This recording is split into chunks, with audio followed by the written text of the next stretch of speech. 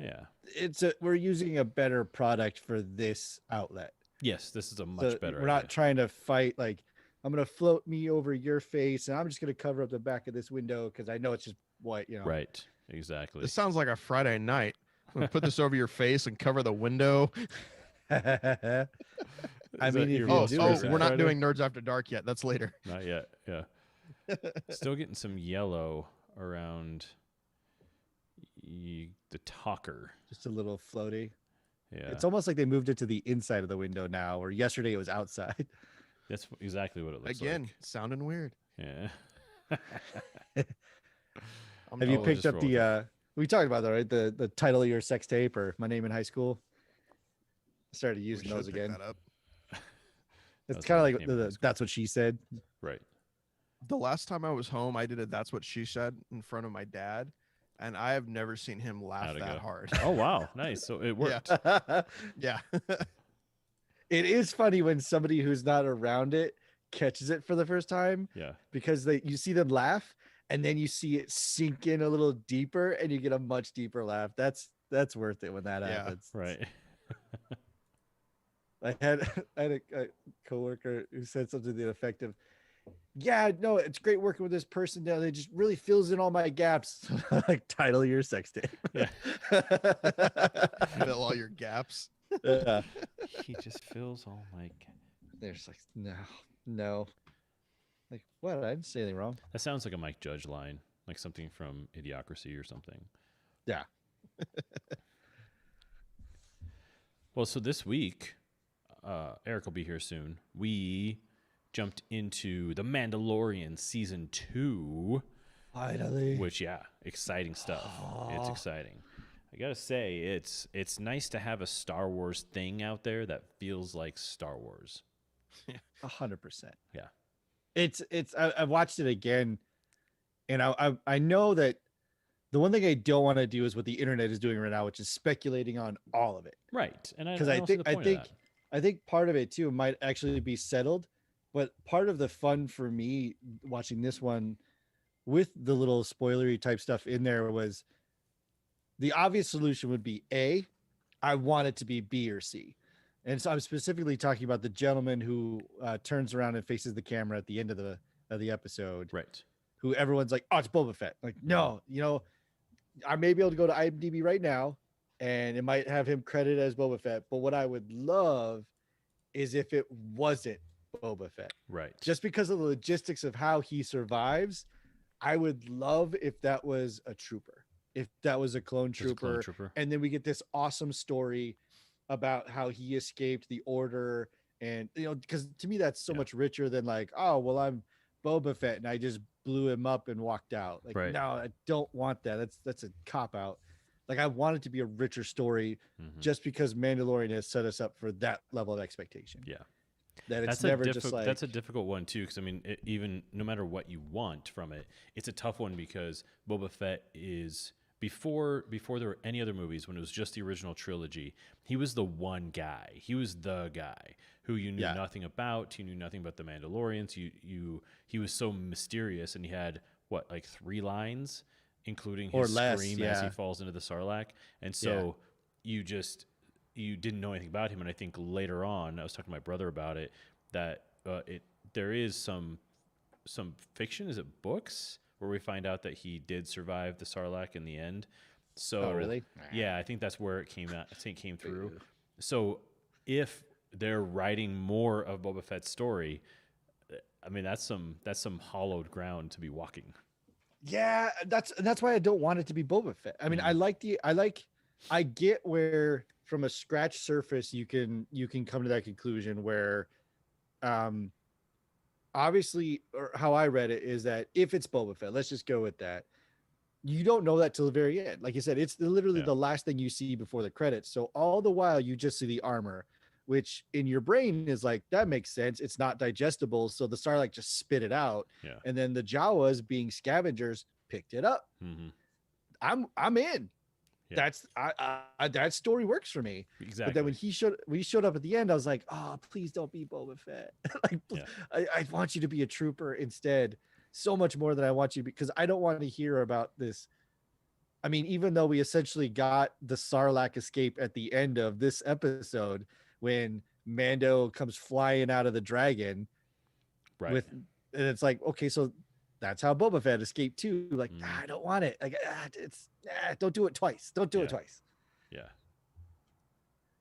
But because Well, I think there's a richer content there if that character is not Boba Fett, but is a, because they did a lot of the stuff with in Clone Wars with like Fives and some of the clone troopers, that they had a part of their brain removed that was the trigger for Order 66. So I would love if there was more than just like the 5 of them that we know of.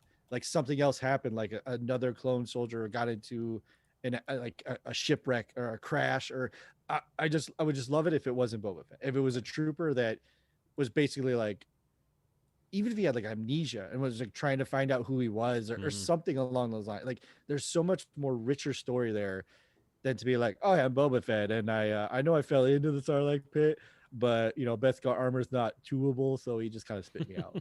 Like, that's so dumb. That's just how I feel. It just, that's my feeling on it. You have feelings about it. I like it. I do, and I love that I recognized the armor right away when they were Right. talking about the Marshal. It wasn't even a question. It was like it was just like, oh, Yes. I knew it. Yeah. I knew that armor 110%. Yeah. It was, and again, and for a character who's only got like 5 minutes of screen time, Totally. that's impressive. Not only did I recognize the armor right away, I knew it was Oliphant right away, which is weird. When he shows up in the window and then he walks in, I was like, He's got to walk. is that He Timothy has, Oliphant? yeah, he has a He's got a stride swagger. Yeah. that is the specific. And I've never watched Oliphant. Justified. I never actually watched the show. So I don't even know what it would be why I knew it was him, because But I never I'm watched sure the show. you've seen him. Well, because he was in Once Upon a Time in Hollywood. That's what it was. Yep. Yeah. That's what, because when he's And out, he's got that swagger because his torso is so long Yeah. and his legs are so short that when he walks, his center of mass causes his hips to Yeah. like flip his legs out when he walks. yeah, it was It's the like a the strut. shootout scene Mhm. from Once Upon a Time. That's what it was. Yeah. Yeah, he Yeah. was the lead or whatever Yeah. from the pilot. Yeah. You know, it's funny we're talking about this. Like, I watched it. Like, I didn't look up any of the speculation. I didn't. Me either. I stayed as far away as possible from it. I didn't have. Honestly, I didn't even think about like or start debating who that could be at the end. I saw the armor and I was like, wait, is Sarlacc? Is that Yeah. supposed to be Boba Fett's armor? I actually texted Matt and I was like, okay, that's Boba Fett's armor, Yeah. right? He's Yeah. like, yeah. I'm like, what? Definitely. But I'm gonna go like, I kind of want it to be Boba Fett again because I feel like in a way they kind of just wasted his character in a way in the original trilogy to a point. Like I could use me some more Boba Fett.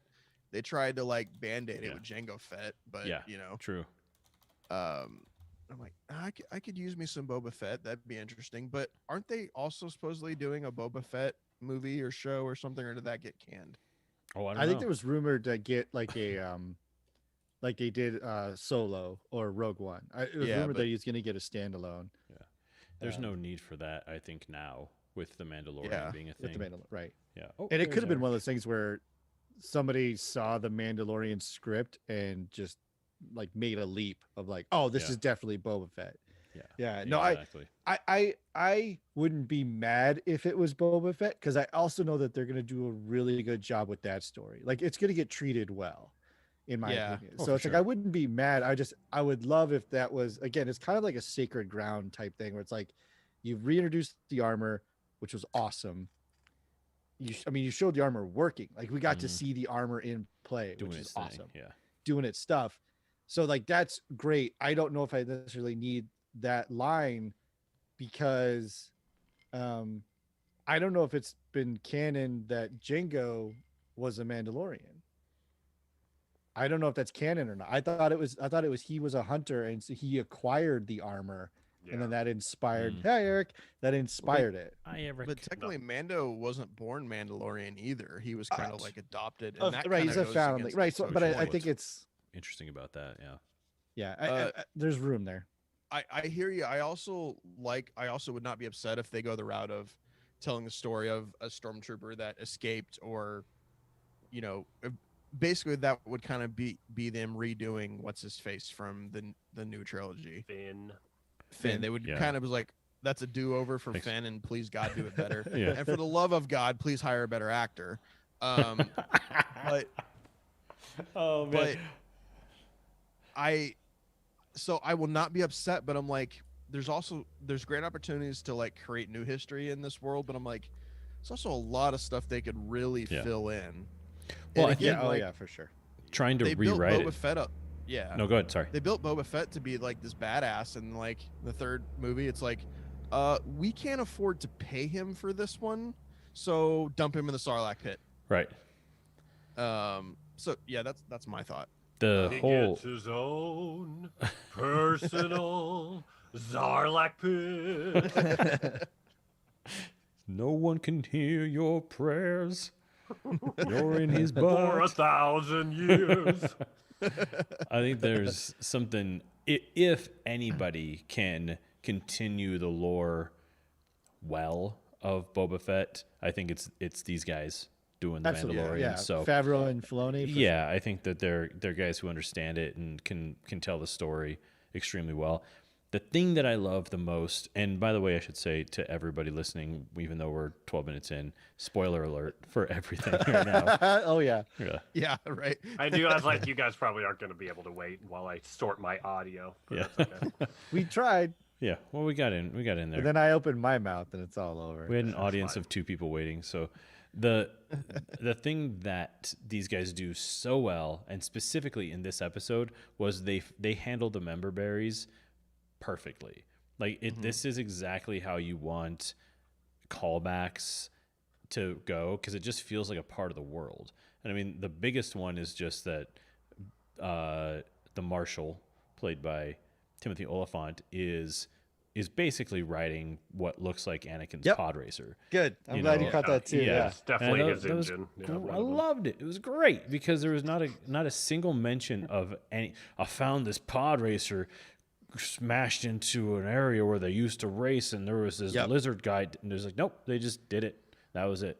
And That was my favorite part, because it when you first get introduced to it, you're thinking, oh, they're obviously like also scavengers, so they just kind of junk together a speeder. And you look at it, and like the fins are a little shorter, so it's like maybe, but then there's one point where the sound is like straight out of the pod race of the engine. That's like, and it's great because so good.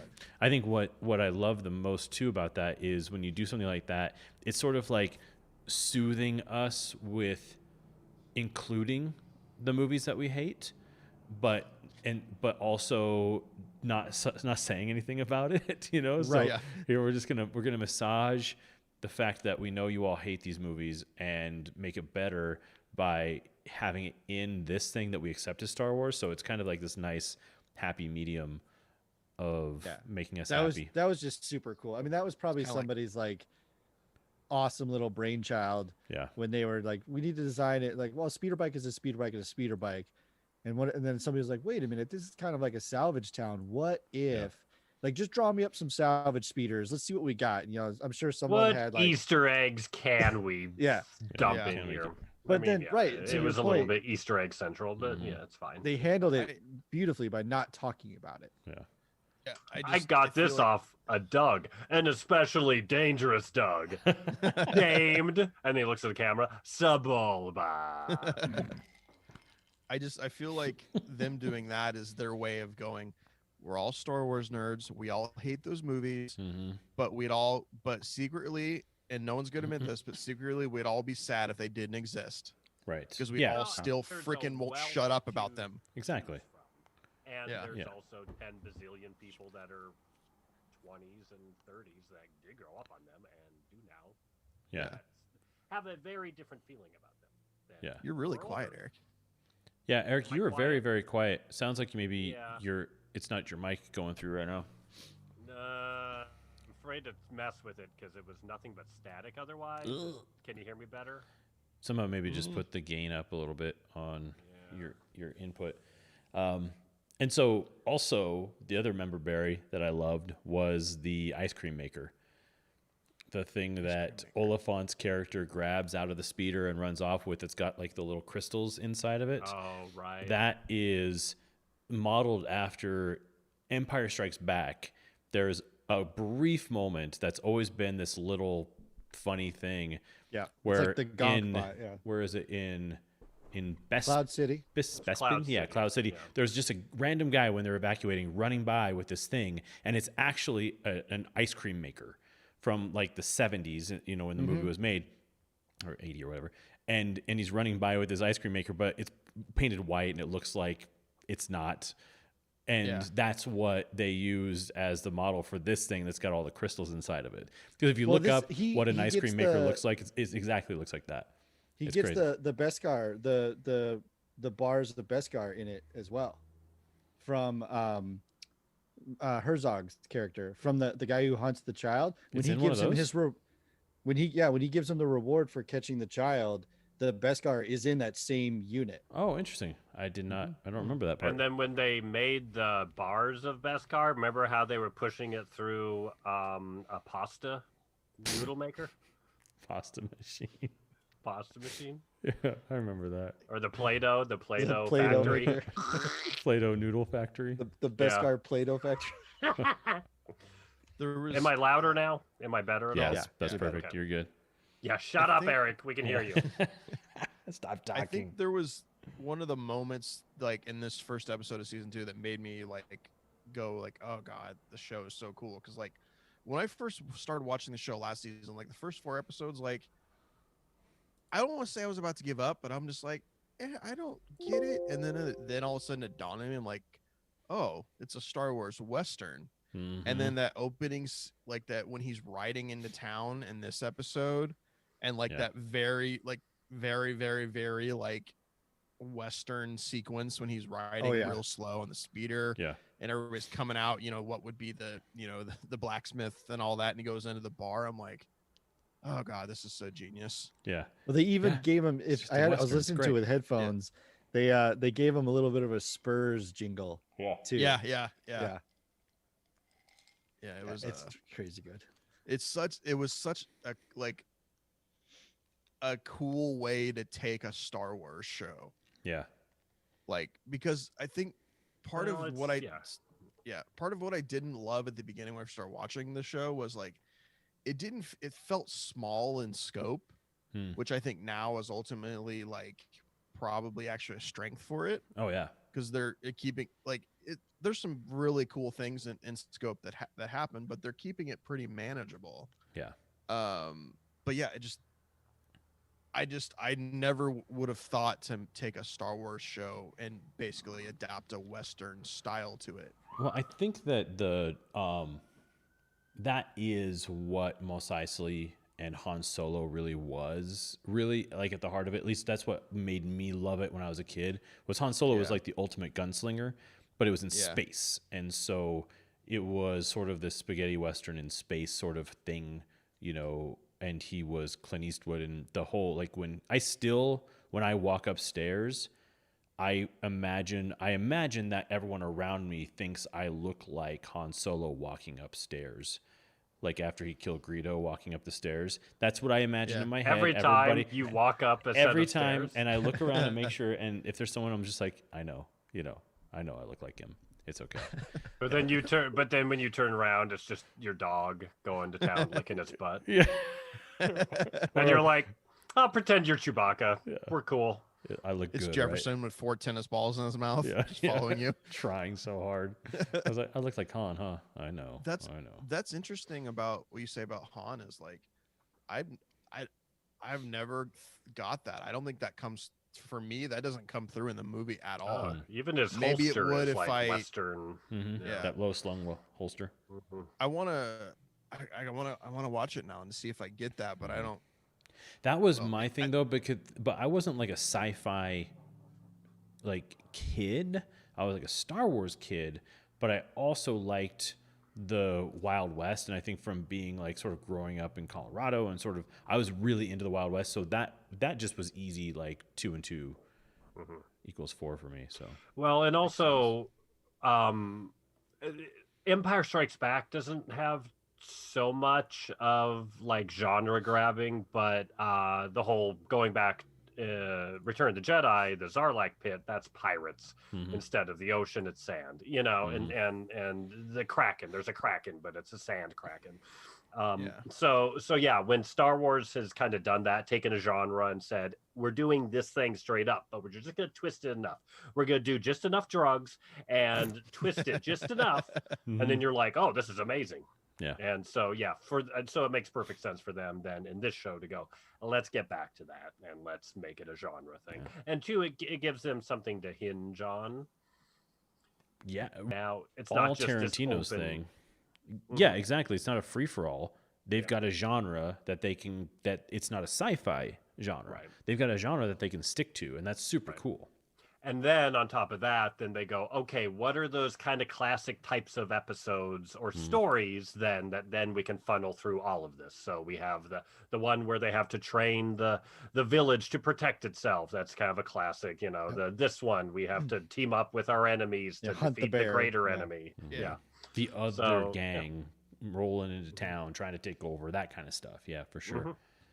Yeah, it's bounty law, but it's in space. Yeah, it's great. It's great.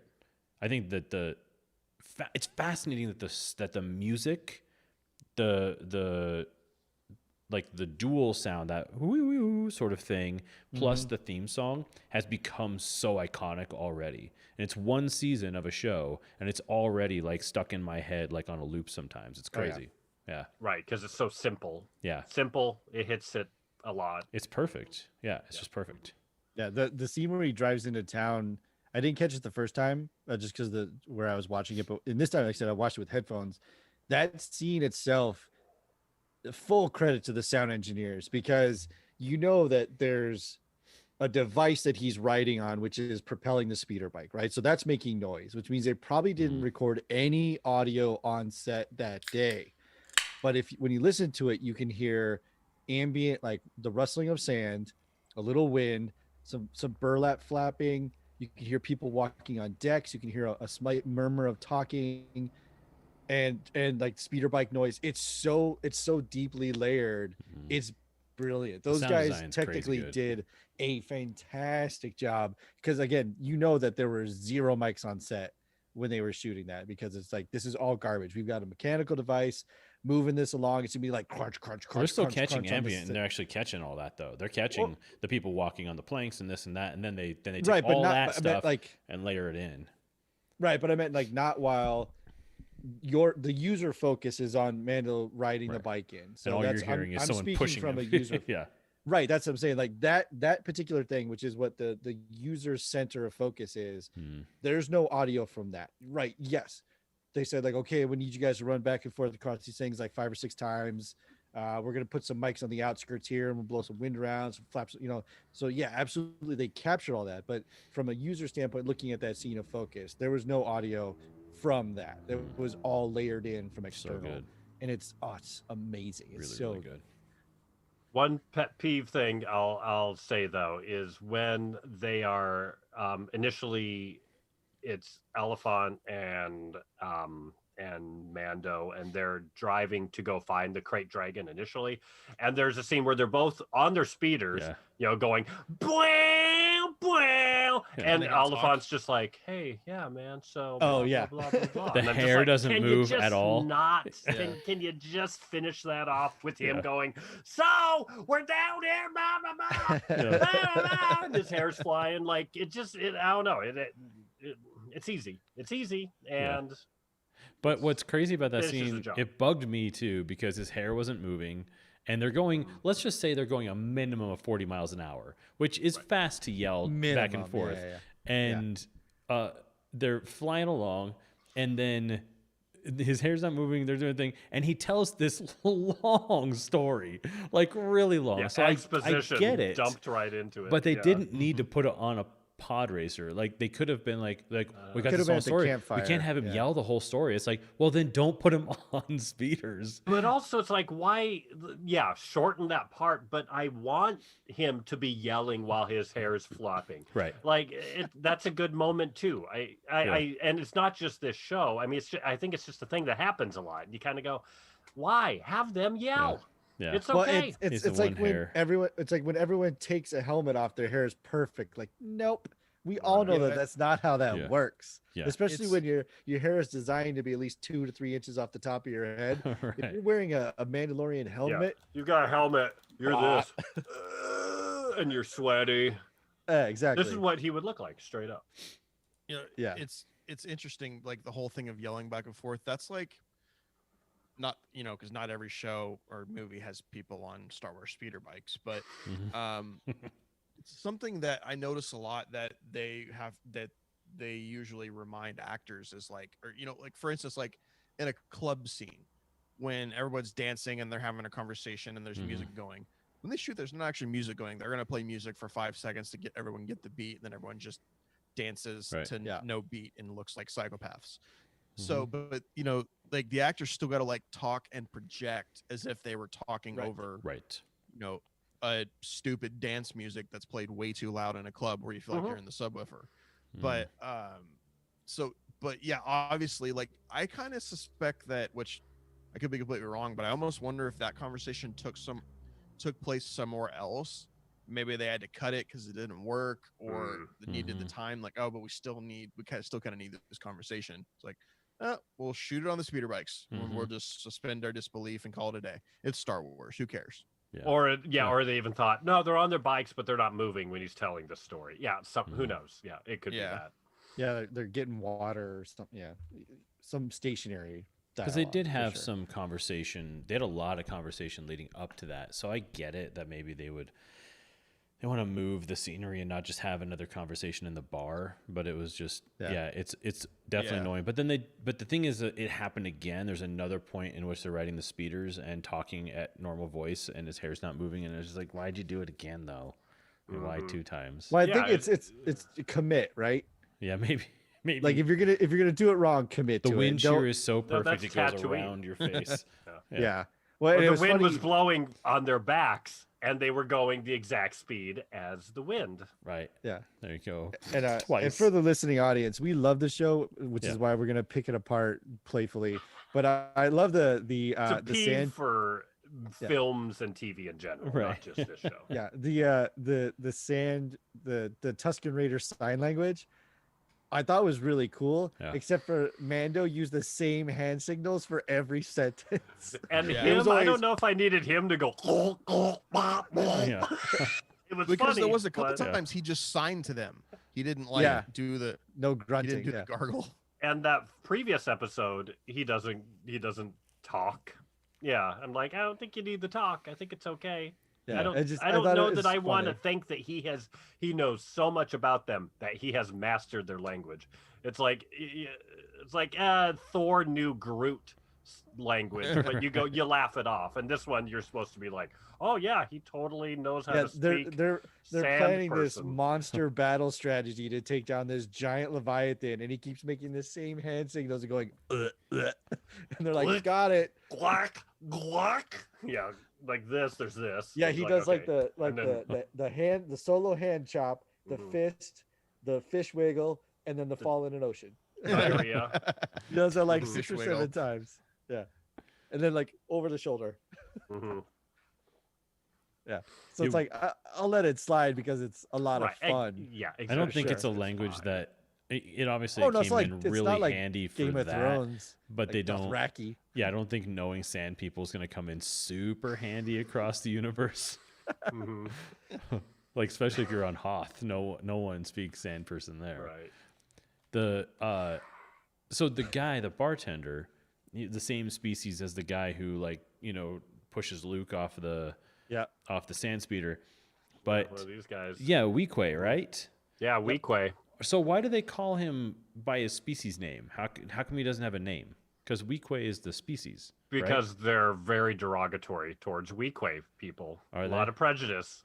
Well, he was the only one in the town, maybe. so maybe I mean literally. Maybe He it's talks to him like a, he's his friend. I think he should have a name instead well, no, of but just his race. it's almost like if they just called Chewbacca Wookiee the whole time. Yeah. Like, hey, Wookiee. Yeah, I suppose. Hey, human. Human. It sounds weird. Give me a coming from drink. us. Oh Two no, we whiskeys, got human. Yeah. Human. I have a name. Shut up. Human. Yeah, you do. It's human.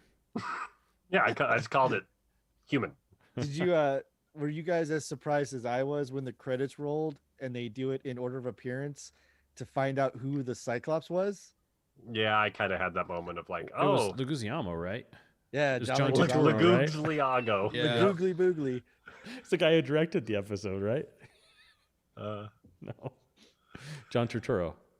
He was Yeah. great. He's great. In I this thought that show. was funny. So I was like, oh, and then when I watched it again, all I could see was John Leguizamo with one eyeball Yeah. in that scene. He did a great job, but yeah, it's like I thought I it recognized his reminded me voice. of like Horatio Sands in the first episode of season 1, where it's like people are like, I want in on this, and the directors are like, well, I mean, we kind of have a small. It's like, I don't care, I'll take any part. Like, Yeah. all right, fish guy, we're gonna put you in some carbonite then. That was Horatio Sands, really? That's Horatio Sands. fun. yeah. In the first episode. Yeah. Yep. Playing the fish So they gills. said All there's, right, like, you're gonna be the pooping donkey. Ah, great. Yeah, delicious. Perfect. yeah.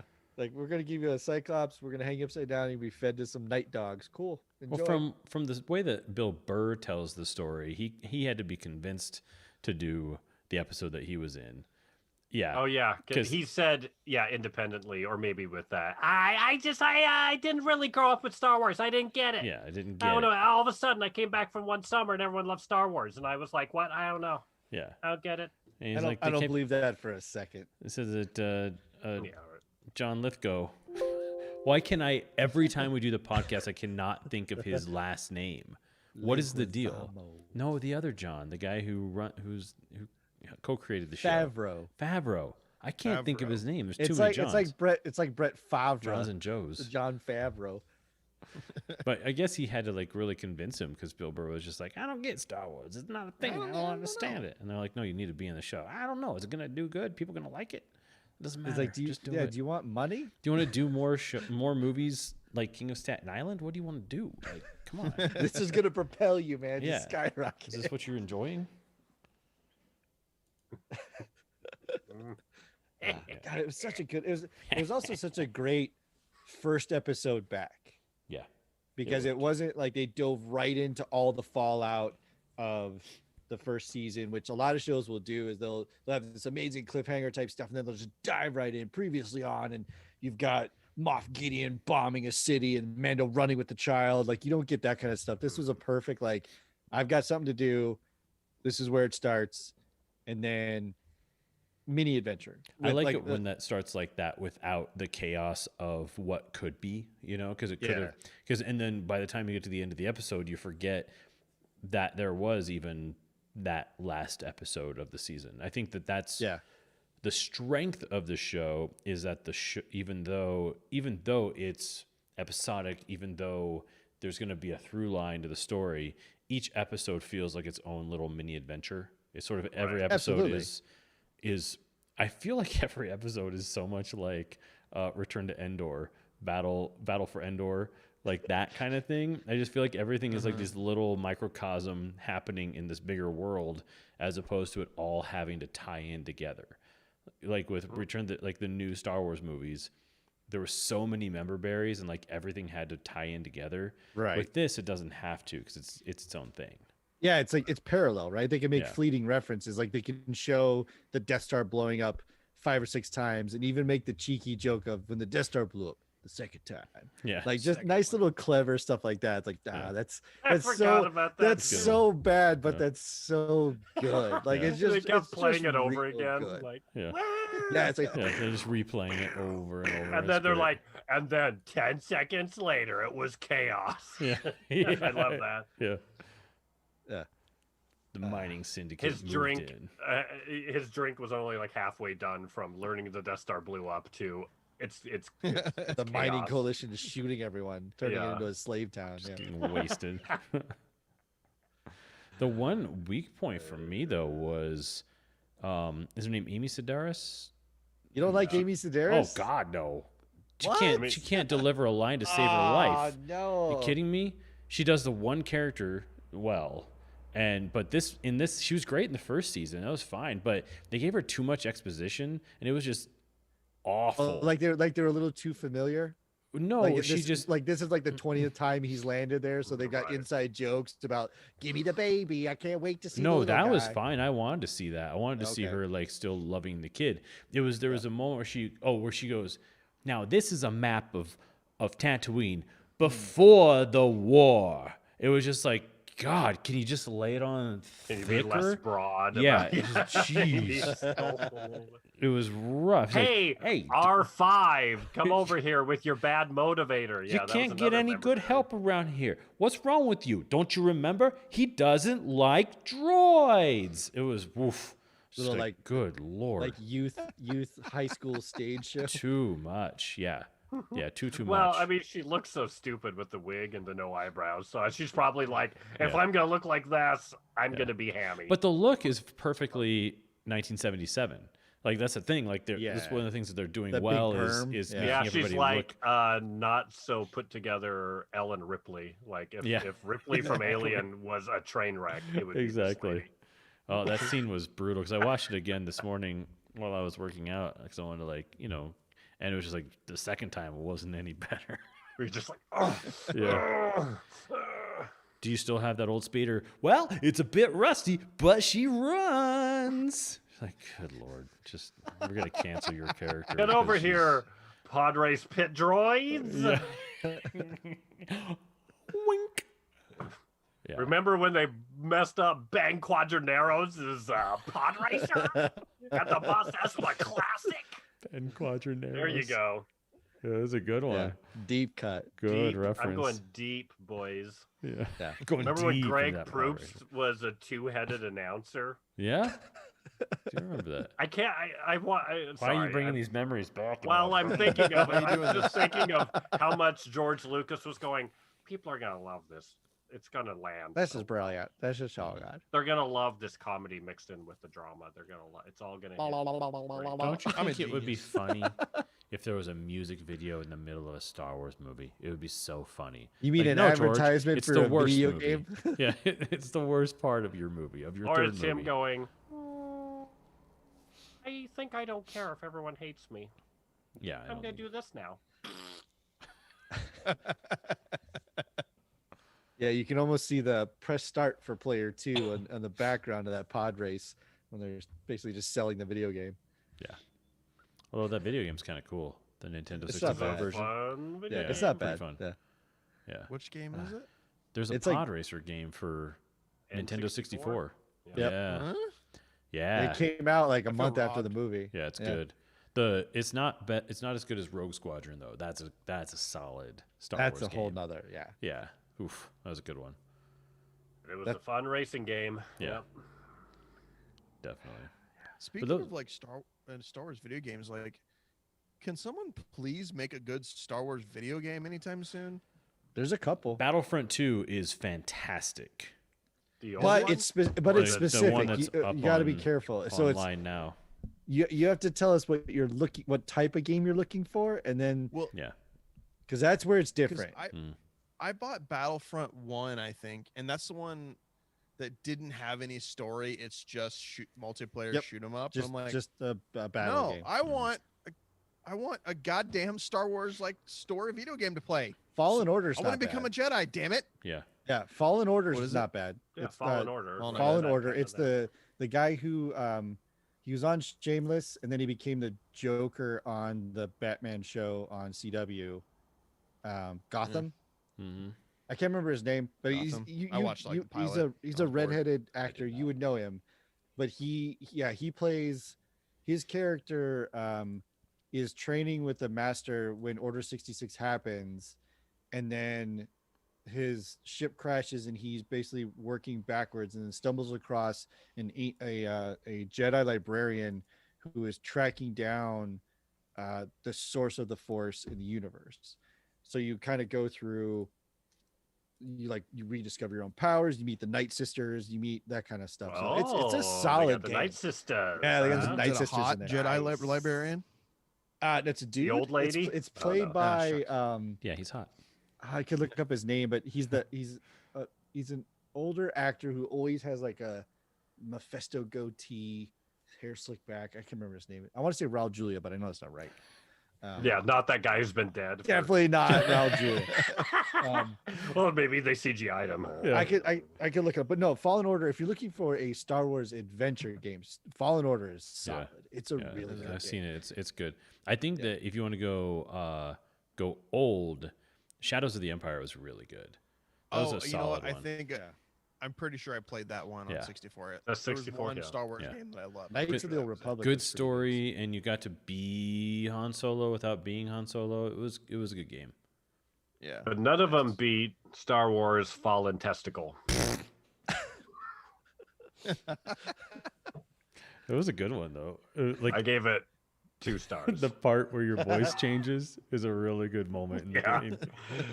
You crack for there's a Hey, I rough wanna- patch. And Help then- me start Yeah, my like- lightsaber.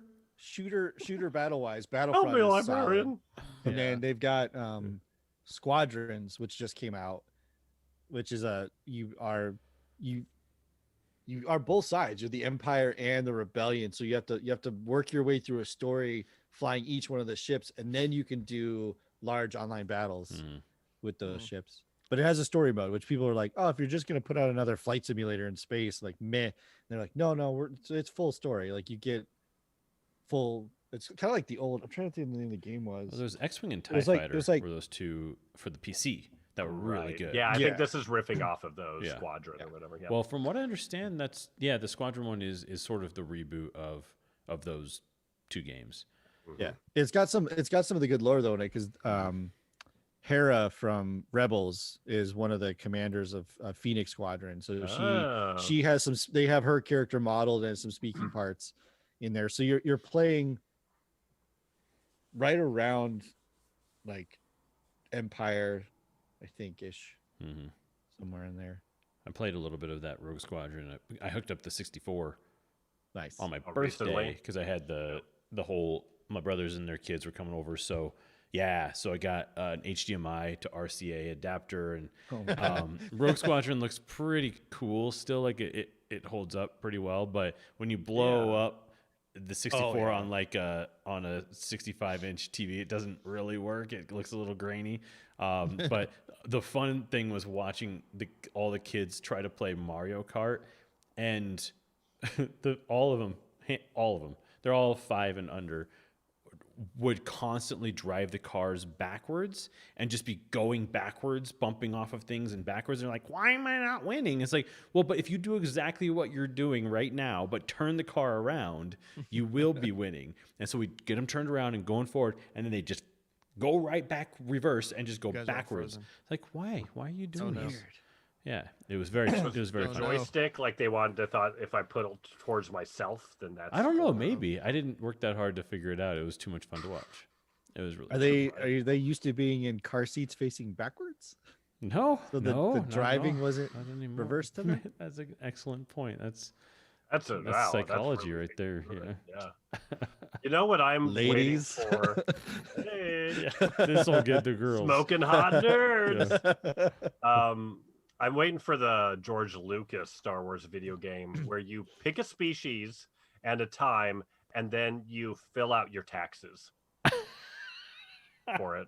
And then you have to go through, and it has to get approved, Yeah. and then you have to see if either the Republic or the Empire accept those taxes, what you've claimed, what you haven't. Yeah, I think that's going to be an awesome game. It's gonna be It's a like- good it's like- game. Star Wars: The Risk game, where you're submitting policy and diplomacy orders. Yeah. Solid. Ugh. I love that So you idea. got I'm sure it Shows. exists. That was his whole thing too. George Lucas thought that it would be funny. We should make a Star Wars movie where it's all about a trade disagreement. It's like, no, none of these ideas you have are funny. Yeah, that's What? too cerebral. What's your Step deal away. with thinking Step things away. are funny? He was half too cerebral and then half like fart jokes. right.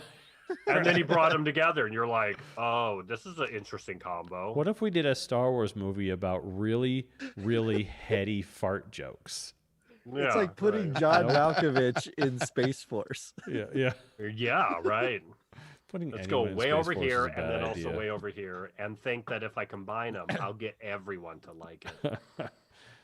I got to go into Photoshop and switch your guys' names around because Brian froze up and had to re-enter the meeting. Hey, disconnect. Now you're on reverse sides. I I got to fix the Who's overlay. Who's who tonight? You have to remake the overlay. Well, It I just have to disconnected you switch for your a split names. second. Yeah. So you switched in. Now you're on the bottom right.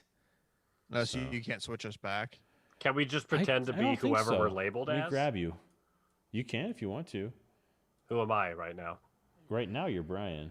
I'm gonna see if I can. You don't want to be Brian. Be gentle. Whoever it was, I was just gonna go, hi, I'm this person. Yeah, you guys like slowly froze, and then I was just talking to myself. I'm like, oh crap. I heard you I say think we you guys caught all of it. froze. I got a momentary audio drop. Actually, a fifth person joined on mine, and then it weird. swapped you out. But it was Oh, Brian. really? again. Conan O'Brien pop up secretly Yeah. like he does. Yeah, somebody's just joining our Zoom calls. That's fine. I would Yes, totally. that was actually happening when the pandemic first started and people yeah. started doing stuff on Zoom. That was actually happening. Well, because they didn't realize that you shouldn't create public rooms that are unpassable. Right, and then Yeah. someone shows and it's up just a and 9-digit puts up number, so porn. people are like 1, 2, 3, 4, 5, 6, 7. Right.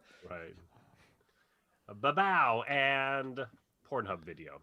Yeah. and then they found out, this is the fun part about Zoom too, is that if you have a public room like that and you sign in and then you use it, kids were they're keeping their computer active all weekend on the computer, so that when they came back in on Monday, they were the administrators of the room, so the teachers geez. were getting locked out.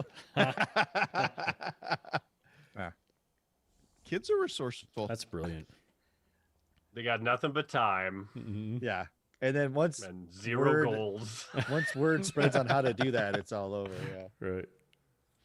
Zero like productive goals. They have plenty of goals, but Yeah. Lots of goals. trolley goals. Yeah. yeah, troll goals. Let's Troll see. goals for days. How many times can I say penis in a row? Yeah. But I'm really gonna do it. That's most kids' goals. Did you guys ever play the penis? Did you guys ever play the penis? I've never vagina played the game? penis in high school. I remember this was going around my high school. Good Is like instrument. it was like you could whoever like had the balls to like say penis, like whoever would say penis the loudest Yeah. in a part where you would almost certainly get in trouble. Yeah. Well, you start it by just saying penis, Yeah. and you work your way up. Got to be louder. Yeah, it's good. Yeah. It's a good game. I'm sure the penis game. teachers were just like, I can't Yeah. every But year. why? Damn it. Why did I do Just this write to it out. myself? Just write it out. They'll tire themselves. They'll get bored. If we react, You they're just don't gonna want keep to doing ride it. out the penis game, let me tell you. Trust me. You can Yeah, so try. Anyway, The teachers are just like, oh, you guys are so original. Ugh. I don't know how we Never started heard talking that about one penises, before. but It happens. Comes up. we're dudes. It happens. Comes If up you write it occasionally. out long enough, it'll just kind of, It'll fizzle out. For like 2 Eventually, we get seconds. tired of penises. So, speculation. We were talking about the Boba Fett, so I'm Mhm. glad we talked about that. Oh, okay. Yeah. I love the pod racer little like Easter egg. I thought that was kind of cool. Yeah. I noticed that when it's almost like they changed Boba Fett's armor though, because when he's got the armor suit in the Sandcrawler, on his left shoulder, the pauldron there is the stereotypical Mandalorian signet, the one that is over the top of the armor that's there. But then when Oliphant's wearing it, it's almost like his shoulders aren't broad enough, so they had to tighten the design Yeah. because it's not there anymore. So it could have been one of those like maybe they just never shot it at an angle, but like he leans over a couple times to shoot the head rocket, and it's not there, which is one of those things where it's like I noticed that, but 99% of people. But I feel like Or if no- it's or something nobody- that you would notice, like Filoni would notice it, and they But would here's- make that happen, Oh, for sure. change that. Yeah. It's And not on the another wrong thing is side, like, right? Admittedly, I forget which side it's like on. where Yeah. where But do yeah, those? it is on the left side. Yeah, The it's on. wearer's left. It's like where did those little like tank rockets keep coming from? I knew 'Cause those I have knew gotta be you were going to special bring that order. up. Like I knew when I was Yeah. watching the show this morning, I was like, Nick's going to wonder what Costco did he go to get his rockets. I mean, this knew is it. why George Lucas was great, because George Lucas would have gone, all right, well, okay, so, there's this place they go to, they order them. I'm guessing delivered. that it probably is like not necessarily standard, but I feel like he goes on like the galactic eBay and finds these. They're like, they might be expired rockets. We don't really know. We've got them in stock. If you want them, you got to come pick them up though. We can't ship them, So he just kind of finds them somewhere. Yeah, I mean, and they will did say work in the like whole- a mining thing, but yeah. Yeah, true. I will say the Oliphant bending over to shoot the rockets, cringe moment for me. Really? It was so awkward. He's like, Yeah. He's like, let me just bow for a second. There's only one way to get it out the hole, though. Sometimes. Yeah, Yeah, I don't know. And But Django it's Fett's a- established. You gotta do that. Yeah. Because yeah, you'll but blow yourself up, maybe. It's Knock it's your a head off. targeted Oop, too late. system. Too soon. Like you just Yeah, you don't have to bend over, man. Just like just it's gonna go up. It's and track and hit. You Yeah. know, they it's could not have like just made it. Yeah, like launch straight up for a second and then turn to go like. it's a And guided missile. Yeah, yeah, I would have believed it. I wouldn't have thought twice about it. But still, Yeah, he could have done Tall Iron Man Oliphant. style. yeah, Like Yeah. with Right. Iron Man in the first one, and he like shoots the missile, turns around, walks That's away, true. and the tank blows yeah. up. Cool guys don't look at explosions, right? Mhm. Oliphant with the freakishly long torso. Yeah. Yeah, he looks so awkward in that Yeah. armor. It's I know. funny. Hey, I loved it. Oh, that was great because it definitely didn't fit him and it definitely wasn't his. And you knew it was Boba Fett's when he walked in, but you were just like, yeah, he definitely pieces together. But I think Jeremy Bullock, who played Boba Fett in the movies, I think he was like 5'8". Good little Yeah, guy. he And wasn't big and either, Oliphant's like yeah. 6'4" or something like that. Yeah. He's super tall. So that's why it's funny to me that the helmet just looks dumb on him. It's and definitely it's yeah, short. Yeah, it's really funny. Yeah, but I Yeah. like it. I It's love- good. And he I doesn't love have the under padding. Yeah. Yeah. Yeah, exactly. I love the way that Pascal delivers the line of like, because you could tell not in first watching, but in second watching, when he's like, "Have a drink with me," he kind of gives the pause of like, "How do you see that happening? Like, this doesn't have a straw. I don't know Mhm. how Right. you Yeah. gonna make that work." Yeah. And then he's walking and he immediately takes his helmet off. He like tilts his head like, "What are you? you What, son. what of are you doing?" Yeah. And then just right away he's like, "Give it to me. Yeah. No, take it off. Like, meh, you don't get to wear that." Those But moments are that's I funny. love how it's like agreeable he is, and I think it's because he knows he can't just shoot him because it's Beskar. Yeah. So it's like he's like, "Give it to me. Like, I'll work the deal." Theoretically, he'd be like, "No, I'm just gonna take that. Yep, definitely taking that." But one thing I wanted to talk about too, and I know that's super tangent. A thing I've noticed is I don't know if they're gonna do anything with it, but they always show these weird insert shots of the child watching violence and having weird looks on his face. And they do it a lot. So Hmm. it's like I don't know He where looks that's going like because he when he was likes it. I don't know. yeah, I mean he because he did that with Cara Dune in season 1 when they're arm wrestling, and he's like, "Don't hurt my dad," and he starts choking her out, and it's like, "Oh shit." Yeah. But like when he was at the fights, like he was just kind of sitting there watching it. But and I don't know if it's like an animatronic thing or they're just being cagey about it. But they don't.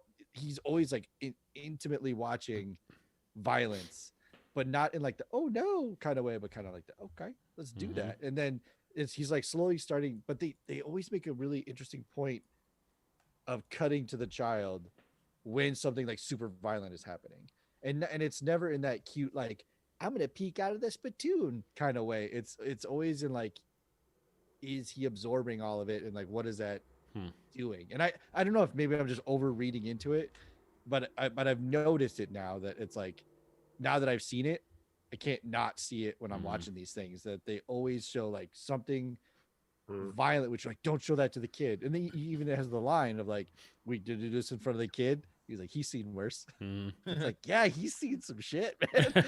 I'm not gonna lie. Like, I whoa. thought the child was gonna have to intervene with the dragon.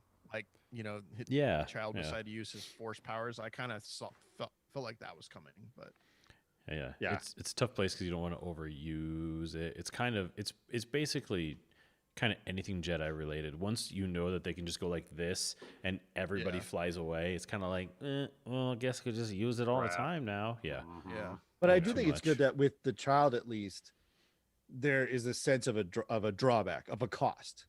Like every time he uses it, he just like He gets- passes yeah. out.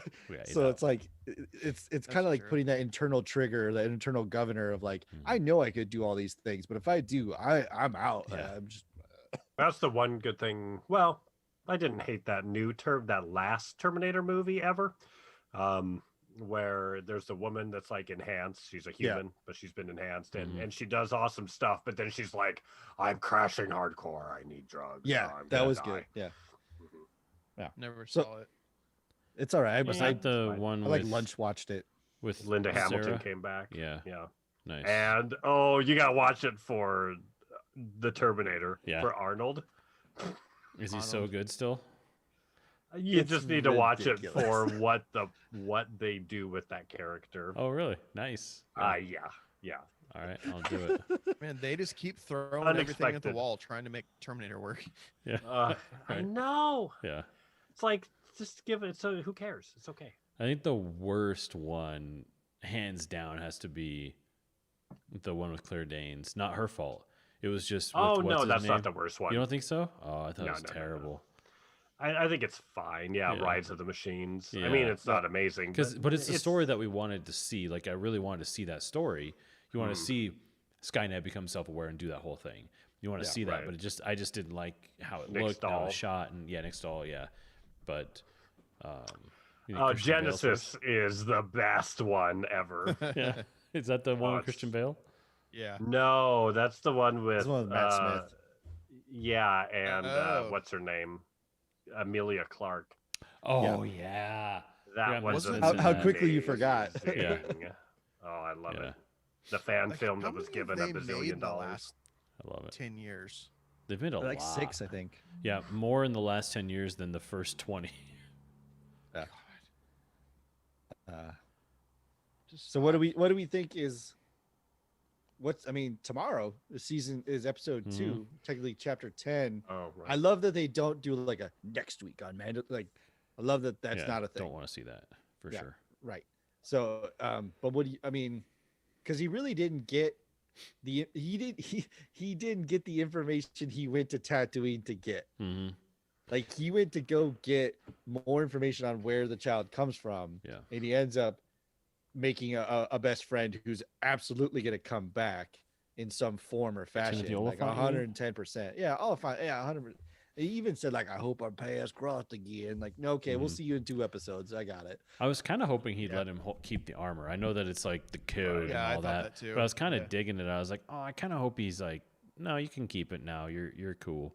Because what's he gonna do with it? And it's all painted to hell, and it's 40 You years gonna old. melt So, it down. Well, Yeah. they need Boba Fett to chase Mando now. yeah. So. So, but I guess the setup is what I have a question about. Why does he need Mandalorians to help him? Like, what's that about? Why do they know more than anyone else? Like, why can't he just think figure out he's where doing they it live? because the armorer was the one who even knew what the child was. Yeah. Right. So he's just following the logic of like, well, if she knows, if I can find another armorer esque person, I can follow the lore back, because Mandalore as a planet has been around for a bit and it has a deep, rich history. So I think his logic there is, if one person who's the quote unquote mayor of this little cove, historian, they've all kind of have to have this, right? The armorers have to exist because that's kind of like our thing is armor. So like they are the lore keepers, they are the historians. So if I can find another historian, I can learn more. If I can find another historian, so I think that's the logic, is that if he can track the history, he can find the child. And when he says his own kind, I think we're still up in the air of like species or presence. I'm trying to think of the right word there, but it's like he You doesn't mean know Jedi about. versus Yoda type people? Yes, that's what Yeah. I mean. I mean the term his kind is being used very universal solve it, and I like that. I'm not mad at that, but I think it does. Again, it's the richest of what is the potential that they have. A lot. Do they keep shutting doors? No way. They just keep opening doors, but in like the good way that Lost did it, not the bad way that Lost Right. did it. Is that Yeah. because, like I said, Timothy Oliphant, we're going to see him again. Absolutely. Are we going to see anybody from the town? Maybe not. Maybe we'll run into the bartender. He even says like Tatooine. I spent a lot of time there, so it's that classic Star Wars of like huge galaxy, 6 planets. Right. Right. Yeah. So- Exactly. We might What's make up, a new one Quay? called something different. Yeah. We might make a new one with a different name, but it's going to look a lot like Yeah. Endor. Yeah. Right. The new movie. So this isn't Tatooine. This is something else completely different. Splatoon. Yeah. Yeah, Yeah. pretty much. Even the original movie had Dantooine. Yeah, Right. They were already like riffing off of Tatooine and Yeah. A New Hope. they're already just at a loss. It was like that stand-up bit that guy does on how the state abbreviations were made. It's brilliant. You have to look it up. I'll have to look it up. He did it on he a Conan, and Christian that's comedian? the video. I hope not. But it's no, I Sounds don't like think so. fertile ground Yeah, for yeah. a Christian comedian. That's No, I safe. don't think so. I'm thinking that the there's a little because it was in Conan went on TBS, so I think that there's a little bit of swearing here and there, but it's brilliant. But it's great because it starts off with them, saying, "All right, what's the first one? Alabama, AL, great, piece of cake, done. We're gonna be done by lunch. Next one, Alaska." It was like that, or we got one planet. What's it called? Tatooine. Perfect. What should we call the next one? I don't know. Something different. Dantooine. Well, we'll go with it, I guess. George. Yeah. Same This system. is definitely Is George. that what we're thinking? Yeah. Yeah. Yeah. Alderaan, Schmalderon, and Yeah. Talderon. Okay. George, can we come up with some new ones? We'll No. go to the Dagobah system. Dagobah. Dagobah. That's a good one. Yeah. It's a good Well, name. That was There you'll learn from Yoda. Yoda, and the only other kind that we've seen of him is Yaddle. That's our other example. For my work, I mashed up Yaddle on Boba Fett's back. As like Oh, really? As like the cheap ripoff of the Mandalorian, purposefully. Yeah. Nice. I'll see if I'll find it. Jango Fett and Yaddle together. Boba Fett and Oh, Yaddle. Boba Fett. Yeah. Gotcha. Oh, Yeah. that's wonderful. It's real Oh, stupid. that's so good. Yeah. Oh man. Well, so we're excited. I'm excited that it's gonna be a good season, man.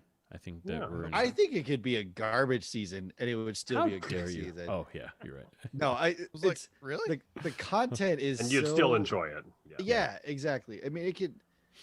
Now, if season 3 goes garbage, then we're gonna have a Mhm. discussion. But season 2, there's already, like I said, I tried to stay away from all the speculation stuff. I'm not looking up to see who that character is playing, because if my personal want is not, that's fantastic. my personal want That's is not insane. Boba Fett, but I Love it. understand if they make it Boba Fett and then Yeah. work out his story. Yeah.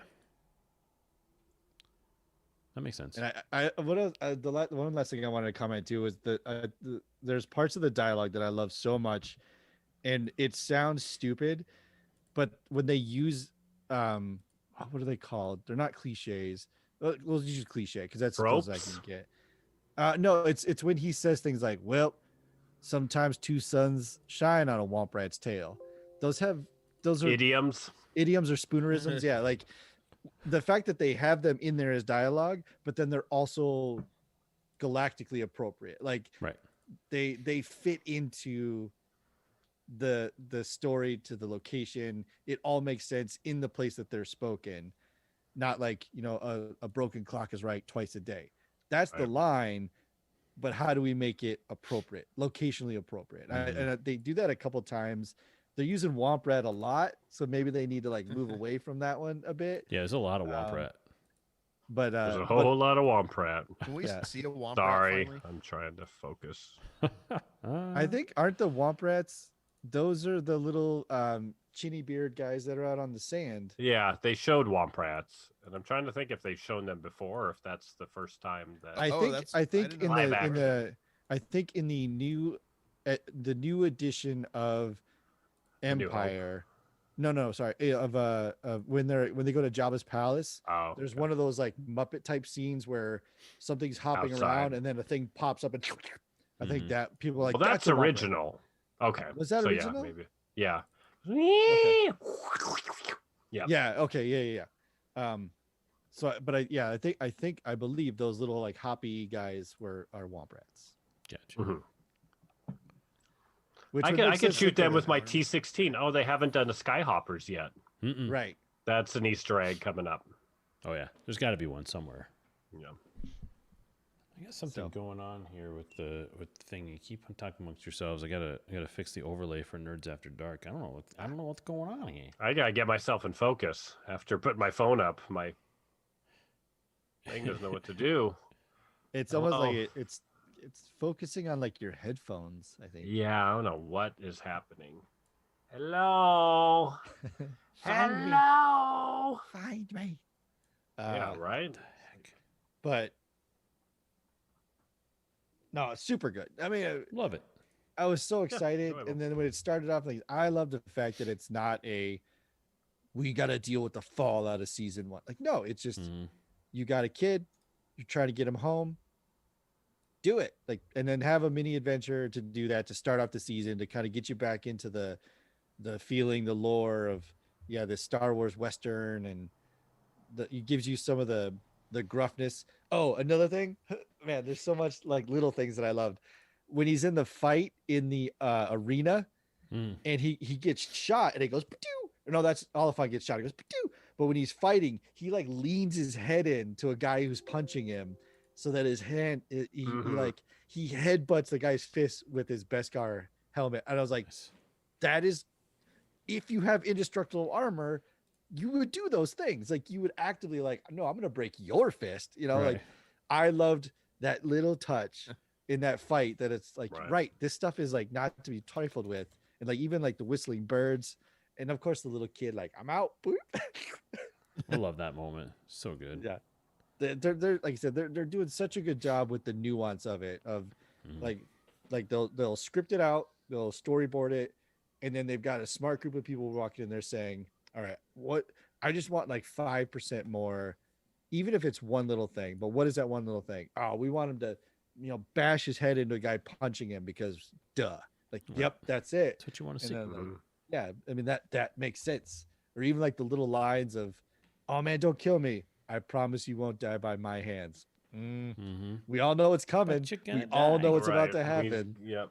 But Mhm. that moment even- is like basically the they came out because the lights turned off or something. Lights turned off, yeah. Yeah. And well, even like the ending, you're like, I saw the mega cow with all the explosions on it. Like he's gonna do the Jonah and the whale thing, like where he's gonna go in and blow it up from the inside. I get Right. it. He's doing I the know. Iron Man with first Avengers movie. Mhm. Yeah. Right. It's like, I know this is gonna happen. I'm not mad though. I want to see it pan out. Like I want to see this go down.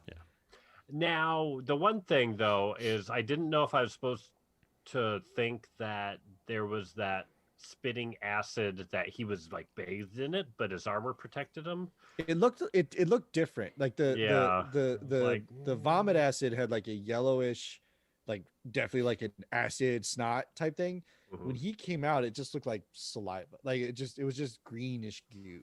Just Because goop. you could make the hard argument of like that Beskar isn't top to bottom. It's like that's 35% coverage at best. Yeah. That's definitely getting up under the Yeah, under the gills. his neck is he's dead, Right. but So I think it was kind of like how a snake spits venom. I think that's where I put it. Was that coming it's out, an there's a active- pee hole in there's the a mouth. duct. Yeah. It's a little extra duct. little tiny urethra in the throat. A mouth urethra. The mouthra. Yeah, that's how I put it. Was that it was a specific action to vomit, like a venom type thing, like a things. And I love. I think we've talked about this before too, and they made a joke of it, but scale on big things. like when it comes rolling through the town the first time, I was like, oh, I love Tremors. It's a great movie. But it makes it look like it's only about 40 feet long. Mm-hmm. Yeah. And even just like volumetrically, like if you have something that big that's moving sand, the sand doesn't go down, it's going to go up anyway. Moving on. but then when they show the raiders and the plan to get it, and they've got this like 2 football field length snake, like that's funny, because that's them actively knowing that scale is just completely blown out. So screw it, just make this thing, just make it giant. But didn't Oliphant's character even like, whoa, I didn't think it was that big. Yeah. We need right, more exactly. people. Yeah, and it also makes me think that there's probably more than one. Mm-hmm. But because like I said, scale wise, when you meet it for the first time, its mouth just kind of barely grabs Yeah. whatever that's called. It'll come to me. The bantha. Bantha. The The bantha. Thank you. So it like Space barely cow. swallows The it. hairy Space cow. elephant. Yeah, but then when it comes out, like when you get the introduction of how the raiders meet it and like Yeah. taunt it the whole time, that thing's at least 5 times the size Mm-hmm. of that bantha. So it's like whatever. Yeah. I mean, again, it's like yeah. that's what happened. We talked about that's what happens when you have an idea and then you shop it out to 5 special effects shops and say, this is the concept, do this, and this. Well, it almost feels like too, where it could have been a situation where they did it, they cut, they created the first scene, and they were just like, well, that's not big enough to accomplish what we need, and just never went back, and because the size that it was as it came up out of the thing to eat the giant hairy elephant, it's gonna like come up and like destroy the town behind it, basically. Exactly. That's how big it is. Yeah. So that's the scale thing I'm talking about, where again, and it's an awesome effect to have the sand ripple down and stuff, but that's not how volumetric displacement works. So well, I for a minute I've been to a science museum. when they showed that one so big, I thought my first thought was, oh crap, there's 2. Right. That's the mama. The one that's going through the town is the little baby. Yeah. Now there are 2 of them. It's like stop it. I don't want to remember anymore. No more names, no more stupid references. Well, now I'm really gonna. I can't think of anything but the 2-headed announcer.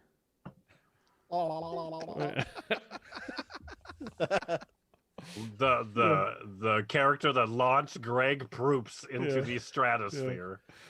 So fun fact though, so apparently in Knights of the Republic, speaking of the video games, Knights of the Republic or Knights of the Old Republic, whatever the Old Republic.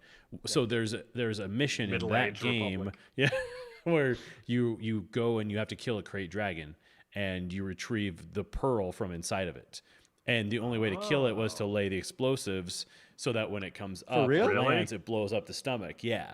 So basically, like that storyline was ripped from the storyline of the mission from that video game. And then your little Easter egg of the pearl, because my brother Zach was saying that he and his wife were watching it, and she used to play that game a lot. And she was like, I wonder if they're going to find a pearl. And sure enough, there was a pearl. So, again, it's a nice little bit where they're like tying in elements of the show, of the whole universe into the show. But for those of us who don't know that, are just watching it thinking, this is great, it's good. It's it doesn't to everything. Yeah, exactly. Right, it doesn't ruin it that you don't know it.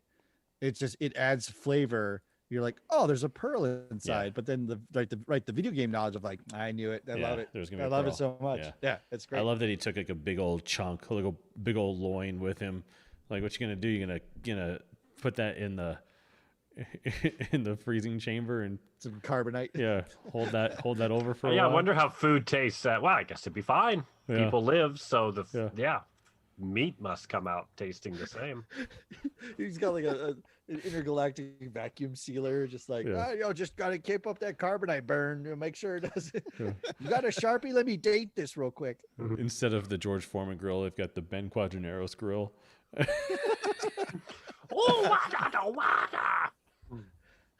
It's just the hat of a pod racer droid, like two of their hats, and you squeeze them together. Push the nose. Yeah. Boink. Stop it. I don't want to know more. I forget about all those things. Oh, those movies are terrible. Oh man. But what about Team Tupagliani? What Come about on. him? Yeah. I found my Count Dooku toy today. I'm cleaning out the closet, and it's still in the package. But the Count Dooku toy has So that's worth at least 40 cents. yeah. Kept all of them in the package. It came with his lightsaber, but then also a green lightsaber. I think maybe Qui-Gon's. Why would his character come with two Was it lightsabers? Attack of the Clones, or He takes. Might be, yeah. I thought he disarmed Anakin. Anakin ends up with two, so man, maybe it's one of those. Was I it? don't know. What color was Anakin's lightsaber? The original. wasn't His is green. blue. It was blue. It was blue They're the whole both time. blue.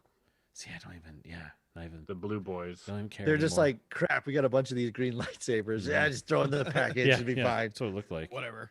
Yeah, there you go, dingus. Hey, you get an extra treat. Buy it, stupid. Yeah. You get an extra treat. You dumb kid. Keep it in the package for 20 years. It'll be literally worth less than it was when I bought it in Yeah. 2002. Buy it, you dumb late 20-year-old Yeah. moron. No, Are you graduating from college this year? Buy it. it's if it's still in the package, you can still give it away. If it's out of the package, you have to pay someone to take it. Yeah. true, Yes, that's true. exactly. Got a lot of prequel toys still in the package. Oh, Real I love waste of Phantom space. Menace. How much they made Yeah. for that Insane. movie. They made everything. Mhm. Like there were probably like Jar Jar tampons. I haven't looked it up. But Misa I gonna wouldn't be stop your surprised. flow. Wow. You've got a heavy flow. Deposit me in the proper's receptacles. Sorry, ladies. Did you guys- We lost you. There goes. Oh, nope. Just kidding. We didn't lose anybody. kidding, no No, one we're was good. Zero Do you guys- audience left just now. This Did I is send all gold. you guys, did I send all you guys the meme a while back of Amidala being pregnant, or was it just or Yeah, Padme no, being we pregnant? got it. Oh, Uh, yeah. What was it Misa- again? Misa been a bad Misa been a girl. Oh, bad it's girl. it was Obi-Wan asking Padme, is like, the child is Anakin's, isn't it? And she goes, what if I told you Misha's been a bad girl? Oh, solid.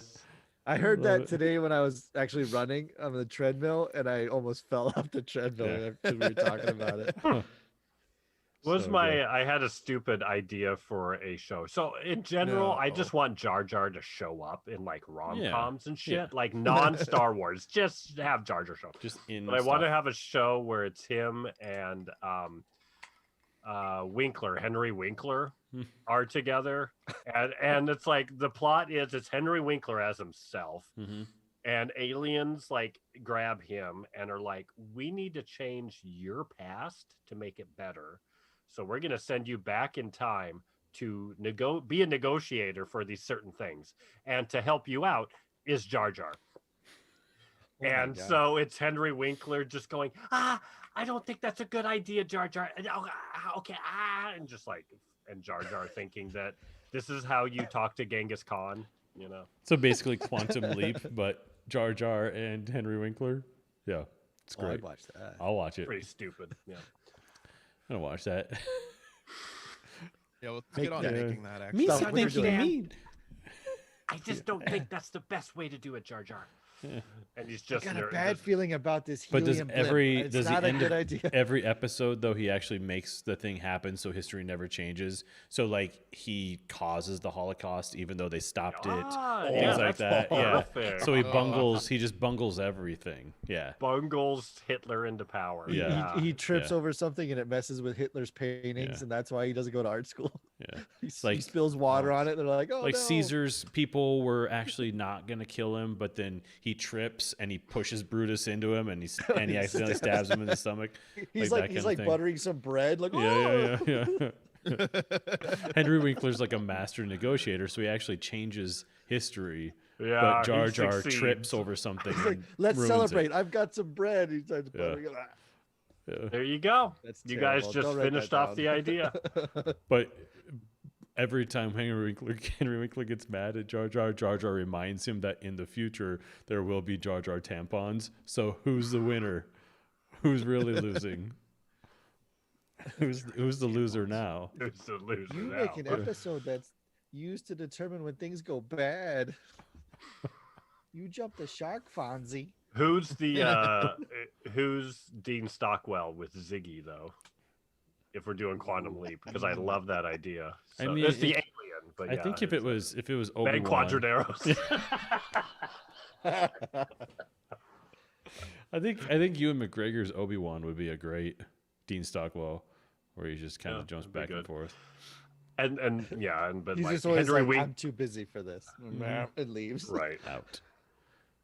He's just like looking at other stuff on Ziggy. Like he's surfing eBay for motorcycles. He's just Like, on what do Wish. you need? Yeah. Okay. What? Oh, Yeah. I'm sure you'll save your brother, and you'll leap into the. Sure. And we eventually Yeah, find save out your brother it's a from terrible Vietnam. show because they spent all their money on Ewan McGregor, as usual. Or huge. Yeah. Do you want good writers, or do you want? Do you Ewan want good McGregor? writers, or do you want me? I mean, it's up to you. Which do you want, mate? Ben Quadraneros, the series coming to you soon. That's a Star Wars story. Yeah, a Star Wars story. Ben Quadraneros, a Star Wars story. Oh wow, that would be great. I love it. I'm writing that. How did he get to that pod race? Well, let's have a Yeah. prequel story. He's got the about worst how he pod got racer there. ever. So. Star Wars The scrappy billionaire Oh that could. man. Yeah.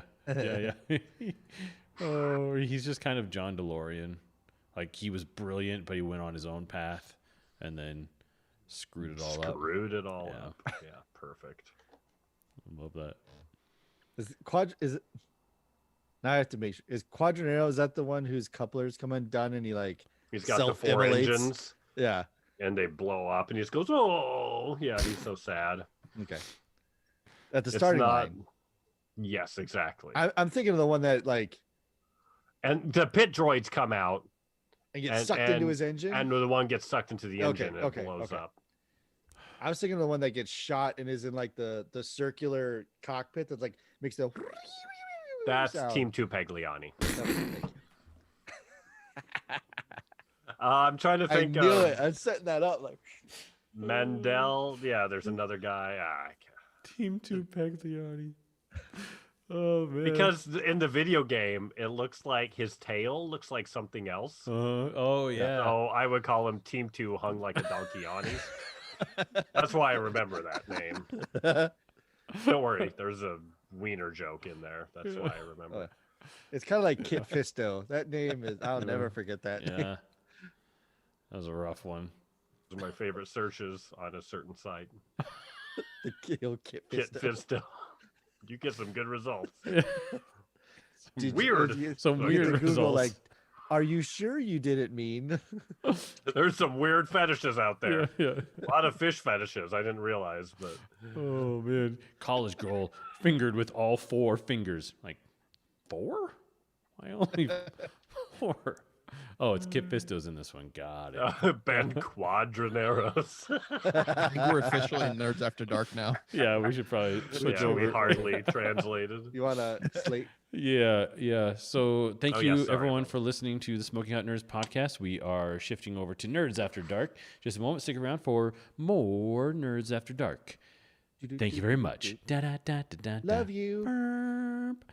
All right, hang on. I got to switch over to our other thing. I like that, like, 50 minutes in, I went, oh, let me look at my setting. Oh, I'll switch to HD. And then went, huh. Oh, is that what happened? Yeah. Oh, you in like low broadband mode? I was in, There we go. standard, which I don't know why. 240 by 160. Oh yeah. All right, we are Pretty much. officially Nerds After Dark. We're going to slate for you folks. So, oh, yes. You ready? Magic time. All right, ready? 1, 2, 3. We got to sync I that think sound. Sounded good to synced me. 124. Oh, yeah. Where am I? I'm 1. This is how it works, folks. 14. You're gonna Yeah. peek under the Sync on the hood. fly. I got to yeah. grab. We I'm got a new 1 sponsor, 24. but they send us some swag, so I got to go grab it. It's over. Yeah, I know. It's exciting. Okay, get your swag. I'm going to do something else.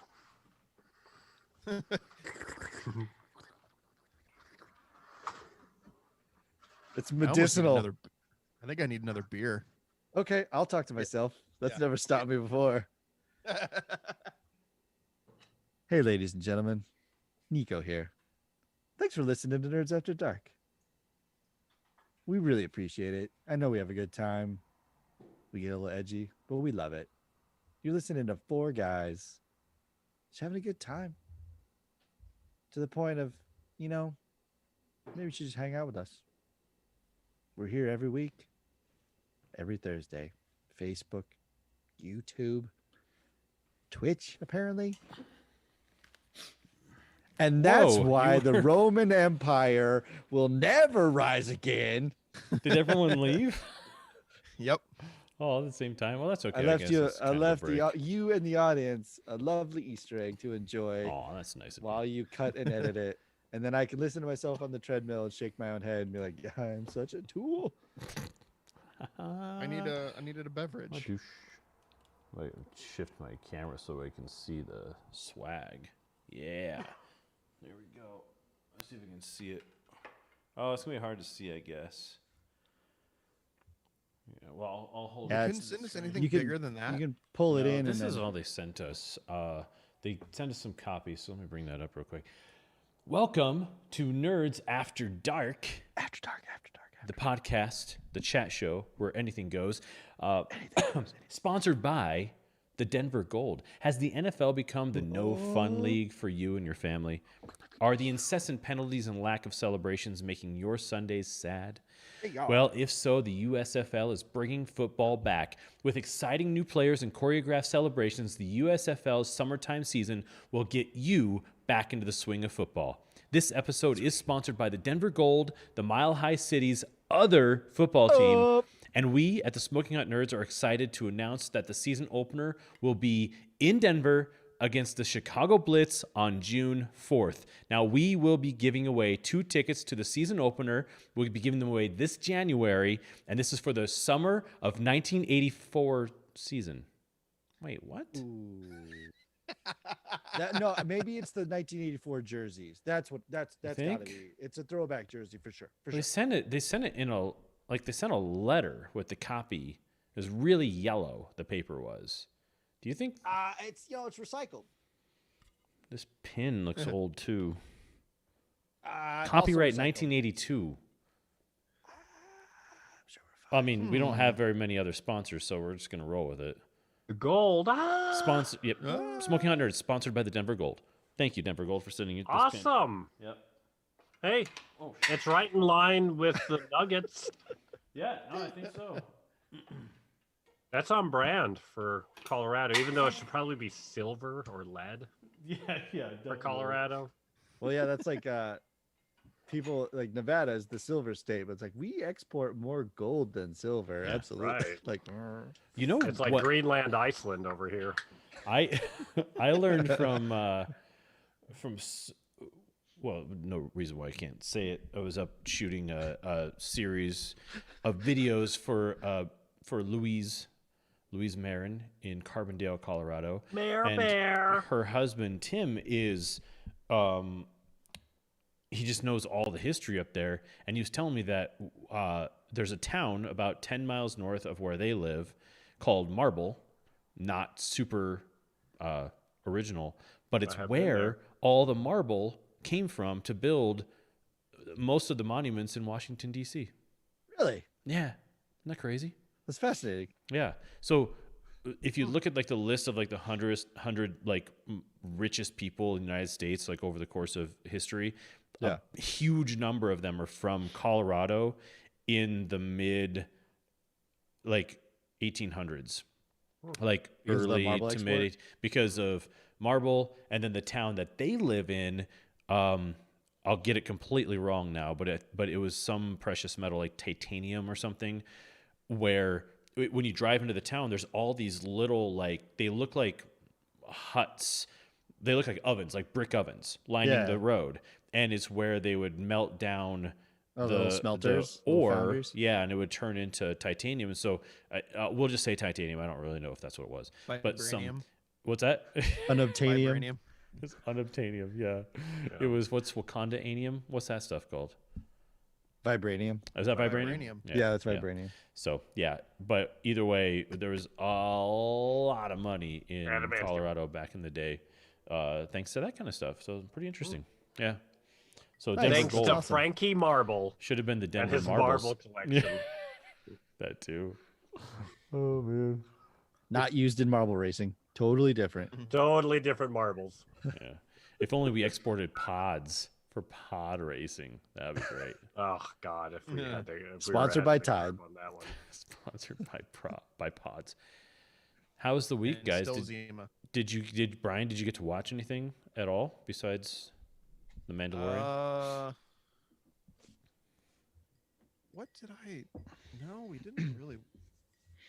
I'm looking up. I watched a the certain trial. I thing. tried to watch the trial of the Chicago was it 7. Chicago 7. Oh, I tell me fell asleep. more. Featuring Jeremy Strong, by the way. Yeah, right. I gotta watch it. I tried to watch it and I stopped watching it. Yeah. Really? Why? I just I don't think like I it. might Not try it enough again, pocket but- pool from the bailiff. There are no dingleberries. I need way more pocket pool. I'm out.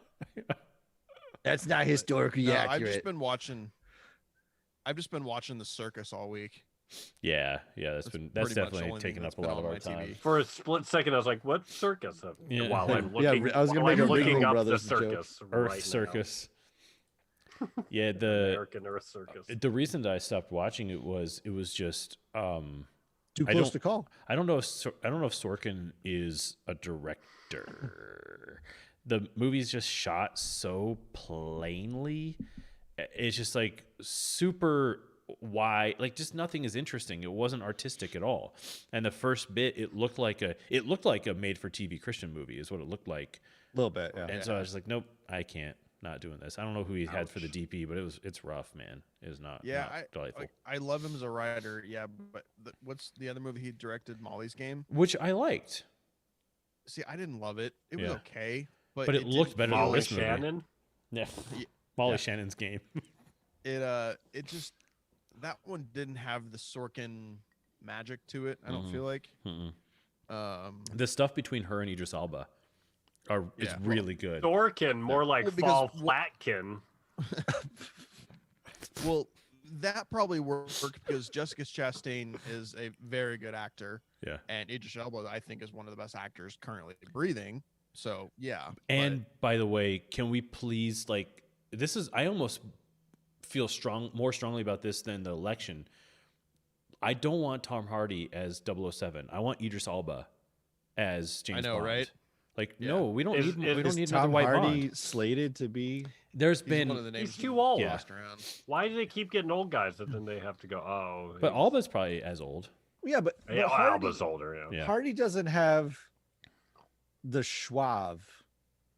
Like I think he could. No, but, Oh, I but think he could. well, because I just watched Venom Mm. last night, He'll just do this. but it's like I mean, he's in Warrior, he's in Inception. Why did you laugh? Because that was the example. But he doesn't have the the smoothness of like Daniel Craig and R.I.P. Sean Connery Well, and stuff like that. Like Even Craig was like, and they even they're like, Daniel Craig's the bulldog version of Yeah. James Yeah, Bond, right? Compared to like Pierce Brosnan, who's just like, hello. Boom, Is boom. that who he succeeded? Was Pierce Yeah. Brosnan? Yeah. Yes. Yeah. That is Yep. quite a leap. Yeah, it's Yeah, a very from big Bond to change. Bond. But well, I because they think, went backwards. yeah, I think Idris Elba would be it was so good. I would love to see him as James Bond. I mean, Moneypenny, we've got her, Yeah. as not white, and I think that it would just be great to continue that diversity casting. But it's like the best diversity casting you could ever ask for is Yeah. to put him in that role. Well, and they set it up too, where it is a not, denomination is not the right word. 007 is not intrinsic to a specific person. No. It's a title. It's Yeah. it's like you get a little card that says Your I'm number. I am now employee ID. That's what 007. makes it work so well. Like Yeah. M or Q or whatever. Right, It doesn't and they have to be and they anything. set it up for 006. that. Mm. Yeah, they in set it up for that GoldenEye. absolutely. Mhm. With like this Trevor last one with Livingston. 009, where they're like, yeah, right, we can you can transition that part out and then reintroduce it and relaunch it. And I think it'd be fine. Yeah, I think Alba would be awesome. Agreed. My thing with Tom Hardy though is that it still has to carry the believableness of like being able to walk into any room in any situation and be believable. I think if Tom Hardy walked in, there's still places where people are like, are we letting the kitchen staff in? Right. Well, yeah, he needs to fix those teeth. Has he fixed his teeth yet? There's some fudged up teeth. Like they're real bad. And will he want to insist on doing a wacky voice? That's the other thing. James Bond. I'm James Bond. I'm curious what Tom Hardy looked like because, Daniel Craig, in my opinion, plays James Bond much more straight than like Pierce Brosnan or most of the other James like Bond. A Roger Very Moore. Straight. Oh yeah, for sure. Yeah, Direction. it's I don't want to say he was like the a least Timothy campy Dalton. version. A little more like a Timothy Dalton, probably. They're playing like the distinguished gentleman, which everyone hated on. But if you go back and watch the Bond films, I like Timothy Dalton way more than Pierce Brosnan. I think his Dalton was good. Yeah, he had bad content, which is on Timothy Dalton was basically 007 War on Drugs. Every single Timothy Dalton is like cocaine. Right. It is. It's like no bullshit. Like it's like there's a Scarface one where there's literally like a chainsaw murder and shit. Yeah. Oh, wow. It's all of his episodes are cocaine. And it got rid of like the Moonraker, like the space plant, like laser, like they got away from like the squirreliness. There's no more wacky villains. Right. It was all just like drugs are bad. I agree. And they had like Wayne Newton as the 80s were rough though. Right. But that what I'm getting at is that is why Timothy Dalton suffers in the realm of Bond is because his content was the timing not great. Yeah, right. Yeah. And the timing for that was wrong, I think. Yeah. And then Brosnan comes in and they're like, now we've got this GoldenEye, this space satellite that's gonna blow up the Earth, and we've got time to die with this giant water stealth ship that can blow up and start international wars. Like that's good stuff. Spy stuff, man. That's awesome. Like these guys are selling cocaine to kids. Timothy Dalton. This is a RoboCop goose. The one thing I'll say about Timothy Dalton's Bond is like I've watched his movies several times. I've always liked them, but the thing that always stands out in my mind about those immediately when I think about Timothy Dalton as Bond, and this probably also doesn't do him a lot of favors, is when he's riding down the freaking ski slope in the cello case or whatever it was, and then using the cello as a rudder to steer the case. Yeah, I was like, that's true. Not great. Yeah. Yeah. Not a lot of like flying hats and using instruments as rudders in Daniel Craig's world. Like he got parkour, which is really cool when when Casino Royale came out. Well, minimal gadgetry. And his thing too though was minimal gadgetry, but also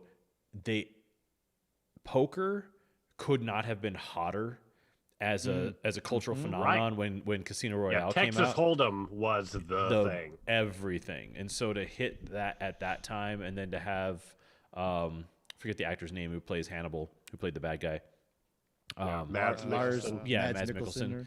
So it's kind of this zeitgeist of moments of like really great emerging actors that no one had ever heard of. Because if you'd seen Layer Cake and a few other things, you knew who Daniel Craig was. But Mads Mikkelsen was like Christoph Waltz. Like he just came out of nowhere.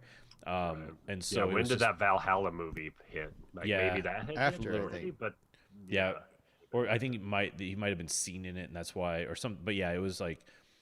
But that's an international moment movie. In time, So it just hit perfectly. And Skyfall, is Well, I mean, Deakins DP'd that, and it's the story gorgeous. The whole thing is like everything with what's her name with M in the house, and I don't know. It's just like a great way to culminate the whole story, and then when you open it with him getting shot by another agent, he was like, "Oh, this is great. This is good." Yeah. It just kept going. No, so good.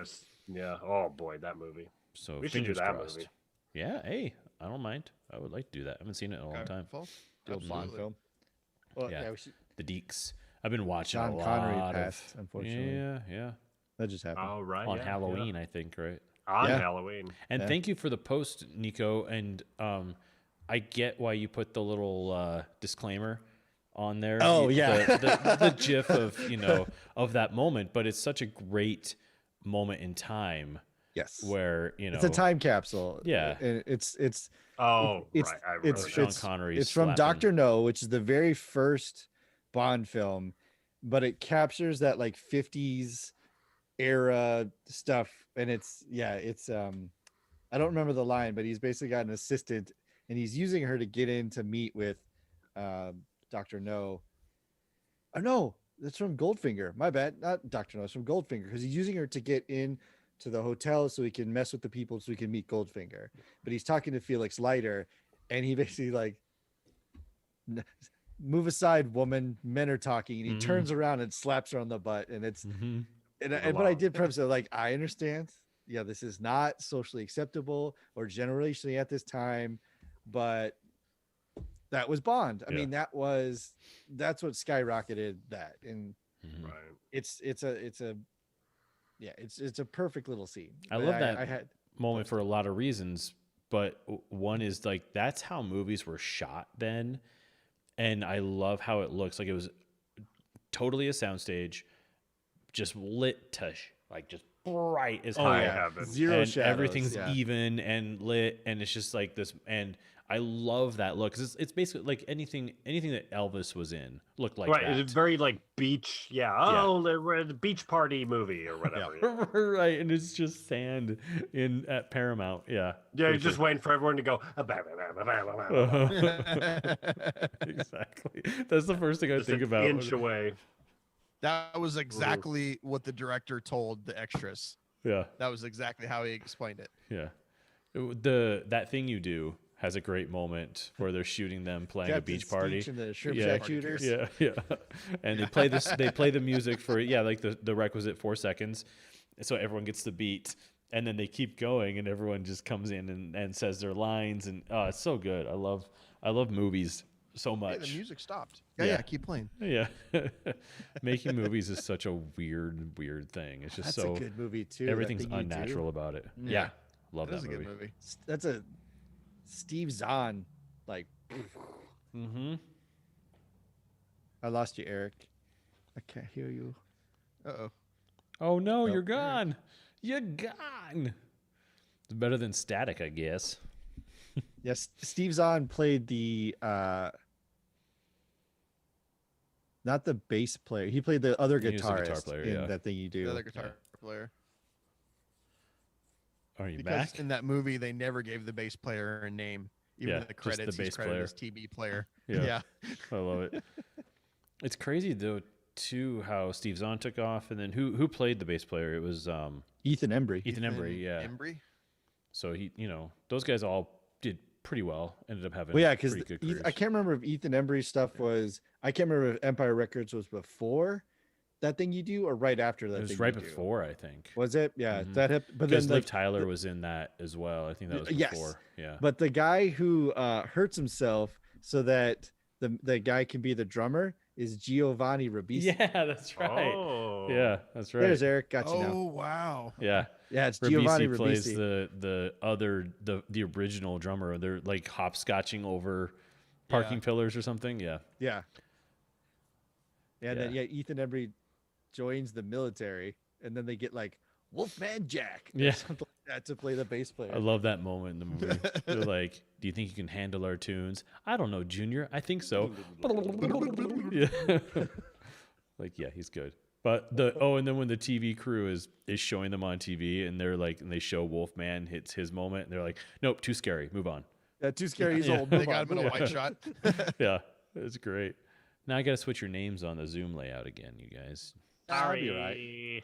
No, it's okay. I accidentally clicked the video. If people don't know by now. Yeah. If you don't Who am I right now? Who am I? You're Brian right now. I'm Brian.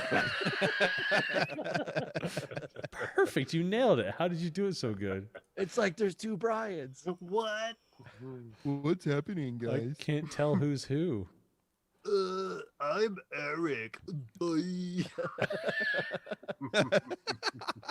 No, it doesn't work when I'm doing it on myself. Are you doing an impression of yourself? Who am I now? You're Eric. Doi. Did it work? Yeah, it worked. Oh, There boy. we go. So, watched another episode of FX's Fargo the other day, and it's good, man. Chris It's Rock good. one? If you guys have time to pick it up. It's great. Pick it up. Pretty solid. But speaking of Bond, that's why I was thinking about it, because Ben Whishaw is in it, who plays The new Q. Q. Yeah, Young Q. yeah, and he's awesome in it. He plays this Irish character, and yeah, he's Nice. fantastic. Gotta watch it. Mhm. He was in something, I don't remember what it was, but it took me like a good hour into the movie to Yeah. be like, oh God, that's cute. Oh, that was me the whole like I was like 4 episodes in, and I was like, oh, it's Ben Whishaw. That's who it is, because he just kind of melts into his character and kind of. Well, he looks a becomes- lot like Yes. an Andrew Garfield Hmm. type thing. He's where Andrew you're like, Garfield meets Cillian Murphy. Like you Yes. smush Yeah, them together. there it is. Yep. And that's who he is. Just like a dirtier Andrew Garfield. Yeah. Yeah. A not American Andrew Garfield, because all I can think of Yeah. is him as being American. I don't think I've ever seen Andrew Garfield do his own voice in a movie. Oh, because he don't like that, Yeah. probably. It's a Hacksaw Ridge, obviously Yeah. Spider-Man, The Social Network. Yeah. Um, Did you see the Imaginarium of Yeah, Dr. Hacksaw Ridge. Parnassus? He's in that. no, Is Never he seen like 4? How old is he? he's a youngin. he's got to be a little really guy. young. Yeah. Does he have and he has an American accent in that? It's been a while since I've seen Imaginarium. I think it's a Yeah. British accent. Mhm. Probably. They See, all kind of have British accents. Oh, The yeah. Social Oh, yeah, Network. yeah, That's yeah, an yeah, interesting yeah. one too. From is that your impression of? Can you do an impression of me doing an Irish accent? I was hoping it would be more like. "Doi." Oh yeah, let me take another step. Mick There it is.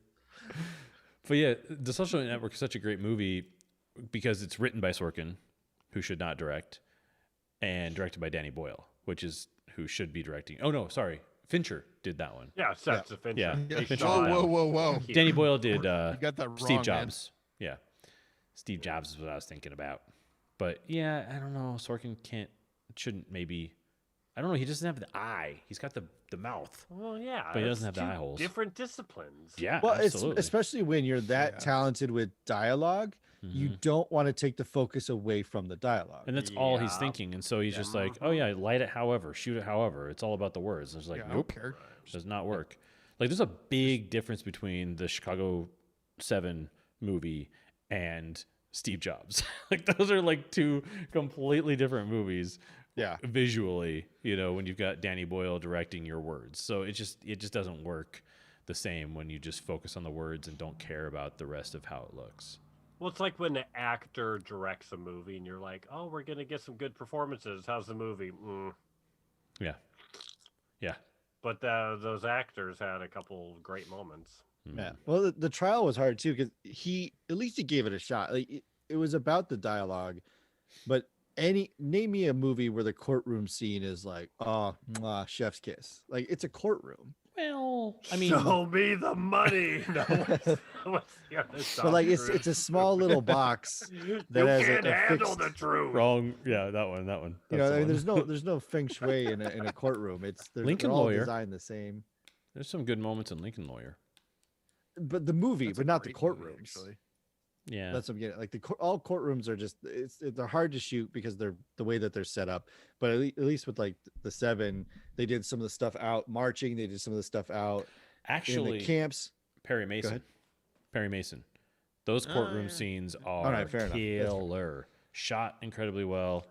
That's true. That's true. So there you go. There's one And in all the courtroom movies ever made. Found one. Star Trek 6, when the Klingons convict Kirk That's actually great. and Yeah. send him to Ice Planet. Yeah. No, you're not wrong. That's my top. with sexy courtroom alien. scene. And Worf's dad, played by Worf. is the lawyer, defense lawyer. Oh man, you got the references I don't going know tonight. Why I came up with that Yeah. one. Eric, you're I on came fire out of tonight. left Yeah. field. I'm gonna blame the Golden Monkey beer. Yeah. Well, I would rather have some vintage Star Trek moments than prequel moments. So keep Yeah, feeding. there you go. Yeah. See? Yeah. You're welcome. So you're welcome. Live long and deal with it, dude. That was the original. And then they changed it. That was before they got a punch up. The early '60s were cool, man. But they're like, yeah, it doesn't work for network TV. Let's cancel them. I heard George Takei. Still in, dude. Yeah.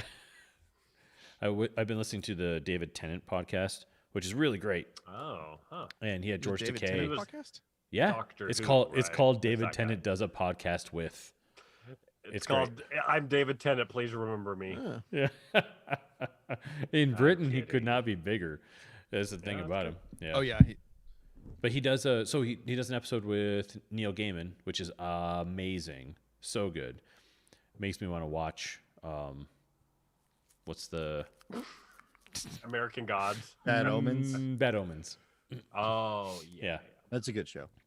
And then, but yeah, he's got one with George Takei. It's better than Bad Oysters. That's not what you want. But Takei tells the story of the first. So like basically like the first two Star Trek conventions that he ever went to, which the first one was just. So it had gotten canceled. It was on syndication. He gets a call from a lady, and she's like, "Would you like want to come and have like tea with me and like 6 of my friends? Like, we love the show." And he's like, "Yeah, sure, I'll do that." And he was like, "No, I'm gay." I'm Yeah. not into that scene. Thank you for the offer. No, he wasn't gay then. Couldn't be. But yeah, no. Yeah. But yeah, so he goes and he has tea or whatever with these ladies, like these people who are huge Star Trek fans. But he said then, like, you know, about a year goes by or whatever, and he gets another call from another person, totally random. And they're like, "Will you come to this hotel? We're getting together. We're going to have like a convention, and we're going to just talk about Star Trek." And he was just like, "You guys are crazy." And they're like, "No, we're going to put you up in first class ticket, put you up in the hotel, pay for everything." And he said he showed up and they like took him in the back door, and he's just like, "What is going on with this?" Like through the kitchen, and he gets to the ballroom and it's just pandemonium, like psychotic people. And this is like a year after the show's been in syndication. Like people were that nuts about it. He So, like, and 67? everyone on the show goes, "Well, that happened. Yeah, It was yeah. canceled. Moving on. with Yeah. my life." Yeah, I guess I get to go back to play like the bad guy in Vietnam movies. Like that's basically Right. what he thought. What, Okay. Nick? So, sorry, Oh, what's happened? What happened? What happened? so I started out first. I wanted to see Nevada went from 76% reporting to 84% reporting. Biden has a 12,000 vote lead. Georgia 12,000. Did Georgia flip? Georgia has Almost. them both at 49.4%, and there's only 1,800 votes in between Wow. with 99% reporting. I 99%, but Yeah. oh, Georgia is insane. sorry, my phone Talk started about exploding every because vote of- mattering. Yeah, Yeah. I mean, I've got Great. CNN on. That's why I keep looking to my. Oh, my really? left. Nice. Yeah. Yeah, no, sorry, my phone started exploding because being from Nevada, Right? all my fault apparently. So everyone who doesn't live here is sending me stuff like, "What's going on?" And then it just started going flat. Well, flat, it'll flat, like, oh, it'll geez, all be right. your fault until things go the right way. Well, and so this is like, okay, we can get nerdy about politics. And I know I went on like a super rant like 2 weeks ago Yeah. about it. The electoral college is so funny, and statistics and math are so funny because in the remaining states to go, all Biden needs is the 6 from Nevada. Right. Now, that's only because we're on the West Coast. But So- are you counting Arizona as a win? Yes, 100%. Okay. They're at like Because 99% reporting 46,000. right now. Oh, they're up He's to 99. 46,000 Arizona is. ahead. Oh no, Arizona's at 90%, but he's and he's Trump has 60 been he's trending. 60,000 points ahead in. 60,000 Biden votes is still. 60,000 votes ahead with 90% in Arizona. So the math both works ways, but like, oh, and that's a whole nother thing. The guys on NBC last night were talking about how they calculate or predict winners, and they were saying like, we estimate there's this many votes left. The trend is running this number. So if you take this and this and this, he overcomes it. And I'm like, that may look good on paper, but that's not how math works.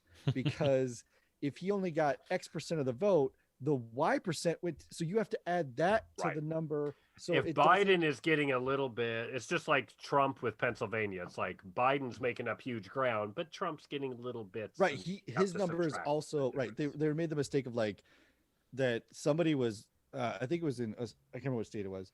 There was, I need to take a break in 1 minute. 330,000 votes were the difference. The remaining votes were 400,000. They're like, if he gets 80%, he wins. Like, that's not how math works. Like, it's not like Trump zeroed out and 80% went to Biden and the other 20% went to the Libertarian vote. It's not. Well, so no, I mean, that works. It's just saying he's got to get that percentage of the remaining vote. I did the math on that too. And I don't even think the math then was that right. I will be right back. Okay. He refuses to argue with me on math. I know I'm right. Every time you bring up a math thing, he walks away. He won't stand up to you and discuss math with you. No one can defeat me with numbers. That's what I've always said. I don't no one know can beat Eric with numbers. I don't know if we can say the math's not right. I mean, yeah, I mean that the math only stands up in that moment, right? If you go, okay, if there's this many votes remaining and someone is this far behind, they need to get this percentage of those votes to become +1. Right. I mean, that's the math. It's not. So anyways, back to my George Takei story. So yeah, sorry that it was over. It was over. I do like, because I almost wanted to stop you to see where like George Takei, of course, in that moment was, and where Star Trek to his mind was before he's brought through the back door, through that kitchen, going, what the hell is happening? Well, he didn't realize, like nobody in the cast did, was that there had been this slowly percolating fandom happening. Because syndication, was anyone even thinking about that at that time in television? Television's new enough at that point.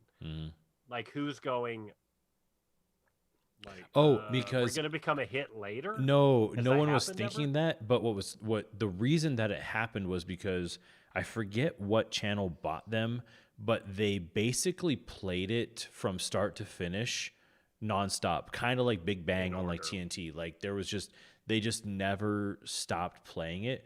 So people were essentially watching the entire series like over and over, like anew, because they could pick it up. So that's what was happening. They just, because the network just sold the show, they didn't care. They thought it was terrible.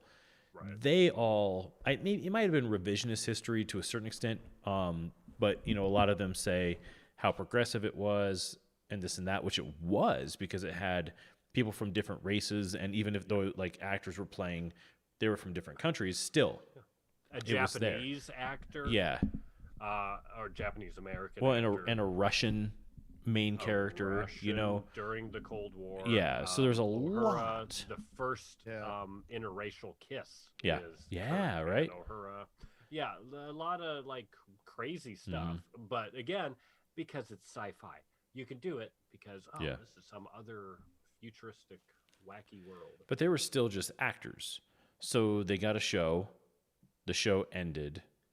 Moving on, like that was kind of their approach to it. So so when he waltzed into this thing and saw it wasn't just a gaggle of people, because his I thought was like, you guys are flying me out. You're basically like wasting your money. Like, I don't know what you're doing with all of this. And it was just this burst of humans who loved it. And he said that started everything. And then from then, ever since, it's just been pandemonium over him. Well, and two, you'd have to imagine these actors are like, you want me to wear what wardrobe? Right. And what's this set look like? You know, and it's just like they can see the chintziness of everything. Yeah. And go, okay.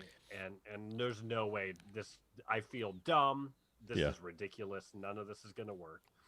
But from a fan standpoint, they're going, I'm transported. Well, that's essentially what Alec Guinness said. I mean, he took the job more or less just as a job. And he was just like, this is dumb. Like, I don't even understand what this is. It doesn't make any sense to me. And it turns out to be biggest thing ever. Right. Well, so on the David Tennant podcast, he's got Brian Cox on there. And Brian Cox was in an episode of Doctor Who as a voice during Tennant's tenure. And what's funny is, so, Brian Cox is not, I think he's like 65, so he's not like that old. And so during Tennant's time as Doctor, this would have been 15 years ago, maybe 15 years ago. Yeah. Yeah. So even back then, like, he's not that old. Let's just say 50. He said that he went to set that day because it was just a voiceover role. He thought that he was going in for, he was reading a commercial for Doctor Who. And he shows up on the day and the director's like, well, here are your lines. This is what I'm thinking for the character. This is what I'm kind of thinking for the voice. And he was just like, I thought I was here to read an advertisement for Doctor Who, not be on the show. And I'm like, dude, like, how out of touch are you that your manager or agent or whoever is just like, yeah, you got this and this and this happening. And you roll in not knowing that you're actually playing a character. And apparently the character is fairly important. I don't remember. Well, I think it might be the character that basically like sends that's the catalyst to turn David Tennant into Matt Smith.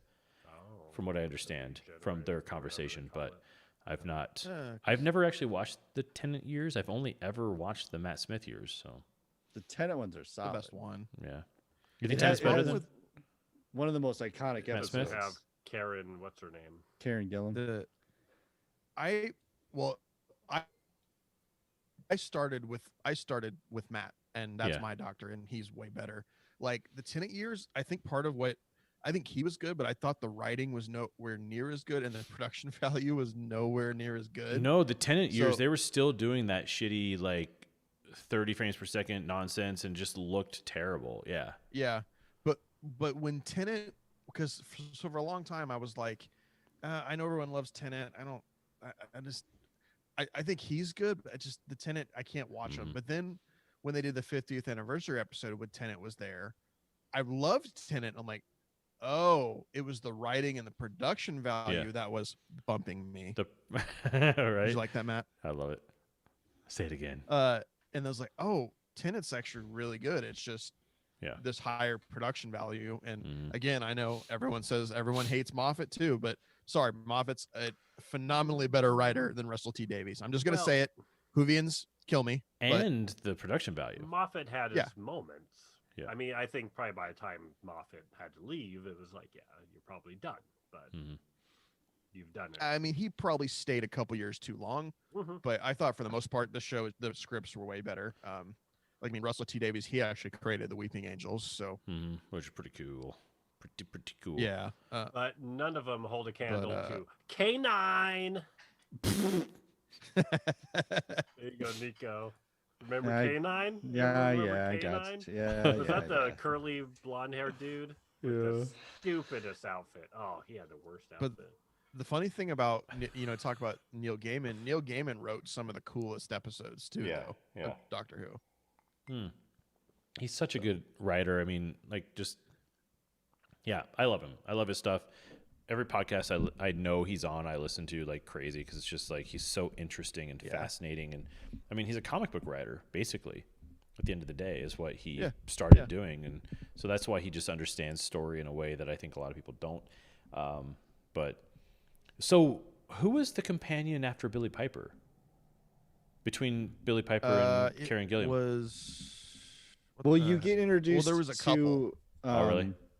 Because Billy Piper was in Tennant's first season, but then she left after that season, right? Well, she was also the companion with the Ninth Doctor too, because he left after one season. Yeah, exactly. Eccleston, Yeah, Eccleston. Yeah. So, what was her name? There's a. Why am I blanking on her name? Yeah, I don't remember. Hell, I can't remember. I won't interject with something Because stupid.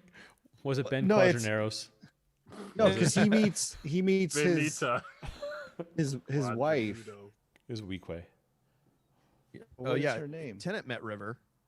Yeah, that's what River. it is. Well, but she wasn't really a companion. There was The another flop. companion. Well, that was River was the Circle back to companion without a companion. It was have the other recurring the character that internet. was on the Doctor's side that kept him on the straight and narrow. But him Doctor Who losing companion after Rose. Rose was the catalyst Martha. for Was his Martha. stuff. Yeah, Martha. but It was. Oh yeah. No. It was actually. It was Martha, and then it was Donna, which Donna was the craziest one. And then I think he was by himself for a while, and then he regenerated, and that's how. That's Smith when and you know, Karen. the best. Oh, companion of all, River Song Karen showed up. becomes a companion. no. No, She she serves she the didn't role travel with like him. the, Gotcha. the point of the companion is to keep the Doctor kind of tethered. Mm-hmm. River Song becomes that without officially being a companion. Right. Gotcha. Oh yeah, this list is wacky. It's Yeah, bonkers, man. It was Rose, and then Martha, That's and then only Donna, the and then reboot series. Martha Yeah, kind of came yeah. back again. Well, yeah, it Rose will blow Tyler. your mind when you realize that the I can't remember his name, the older gentleman who just got done playing the Doctor, Cavaldi. Yeah, Peter Vivaldi, Capaldi. is in an episode Peter of Doctor Capaldi, the Who worst Yeah. Doctor when they ever. go to Pompeii. Mhm. He plays one of the Italian like the governor or something. Yeah, like they had that. a bit of Oh, yeah. a crisis. It was sort of a Ryan Yeah. Reynolds thing where they're like, "Oh, you already played, a character in the He's already series in before Doctor they Who, cast him." Yeah. so- Yeah. Well, Karen was in Doctor Who as well too before she became the companion. Oh, It was a really? different I mean, it's character. kind of like Yeah. Law and Order, really. Probably. It's like, Oh God, whatever. yeah. I think if you're not in Doctor Who and you live on that little island and you're an actor, then you're not an actor. Like that's kind of Yeah. how it works. You gotta have your Whovian moment. yeah, for sure. It's the who's who of. There's a great moment in extras. Is it in extras? Yeah, I think it's season 2 of Extras when Ricky Great TV Gervais's show. character becomes famous, and so he gets a part on Doctor Who, and he plays like an alien, and the only thing you see I forgot. is him like spitting like goo out of his mouth. It's great. That's awesome. What I do love about Doctor Who though is like it's kept the cheese, you Mhm. know, like it's always gone, hey, no, we're like this kind of cheesy thing and we're gonna always keep it. Doesn't mean you won't really give a crap about some characters and there won't be some great Yeah. writing, But the Matt Smith But years it's were like- so good because of that. It kept the cheese, and it kept the heart, but it upped the production value. So you suddenly had a show that Mhm. made sense. Enormously. That made you Well- feel like you were watching Next Generation or something like that, but with Right. the Doctor Who thing going on. well, and it became, I mean, it's like all of a sudden tween girls loved Doctor Who. Mhm. And that had never happened. Maybe Yeah. Tennant probably started it, maybe a little bit, and then Matt Smith, for some reason, it's just like Yeah. Right, he's like the Tiger Beat of Doctor Who's. right. And then Yeah. they went to Cabaldi, which I was I was like, great, an old craggly doctor, but then it was like, yeah, Did it not work? it crashed It's- what was popular right before that. He was just Oh, bummer. too broody. He just wasn't good. Yeah. And the I new don't know if Doctor's they pretty knew how good. to write for him. Yeah. I don't think so. I dug it. He's got a great episode where he escapes the Time Lord prison. It's fantastic. He's Oh, like I've yeah. I not mean, watched any of it. He Rick had of some Rick good and Morty, episodes. kind Like of. his last Feels like that's who season he should have been. was pretty good, but the new Doctor, her first season was like they just abandoned everything Doctor Who, and she was good, but the writing was awful. And there's like 15 companions, Well, her throughput story is really bad.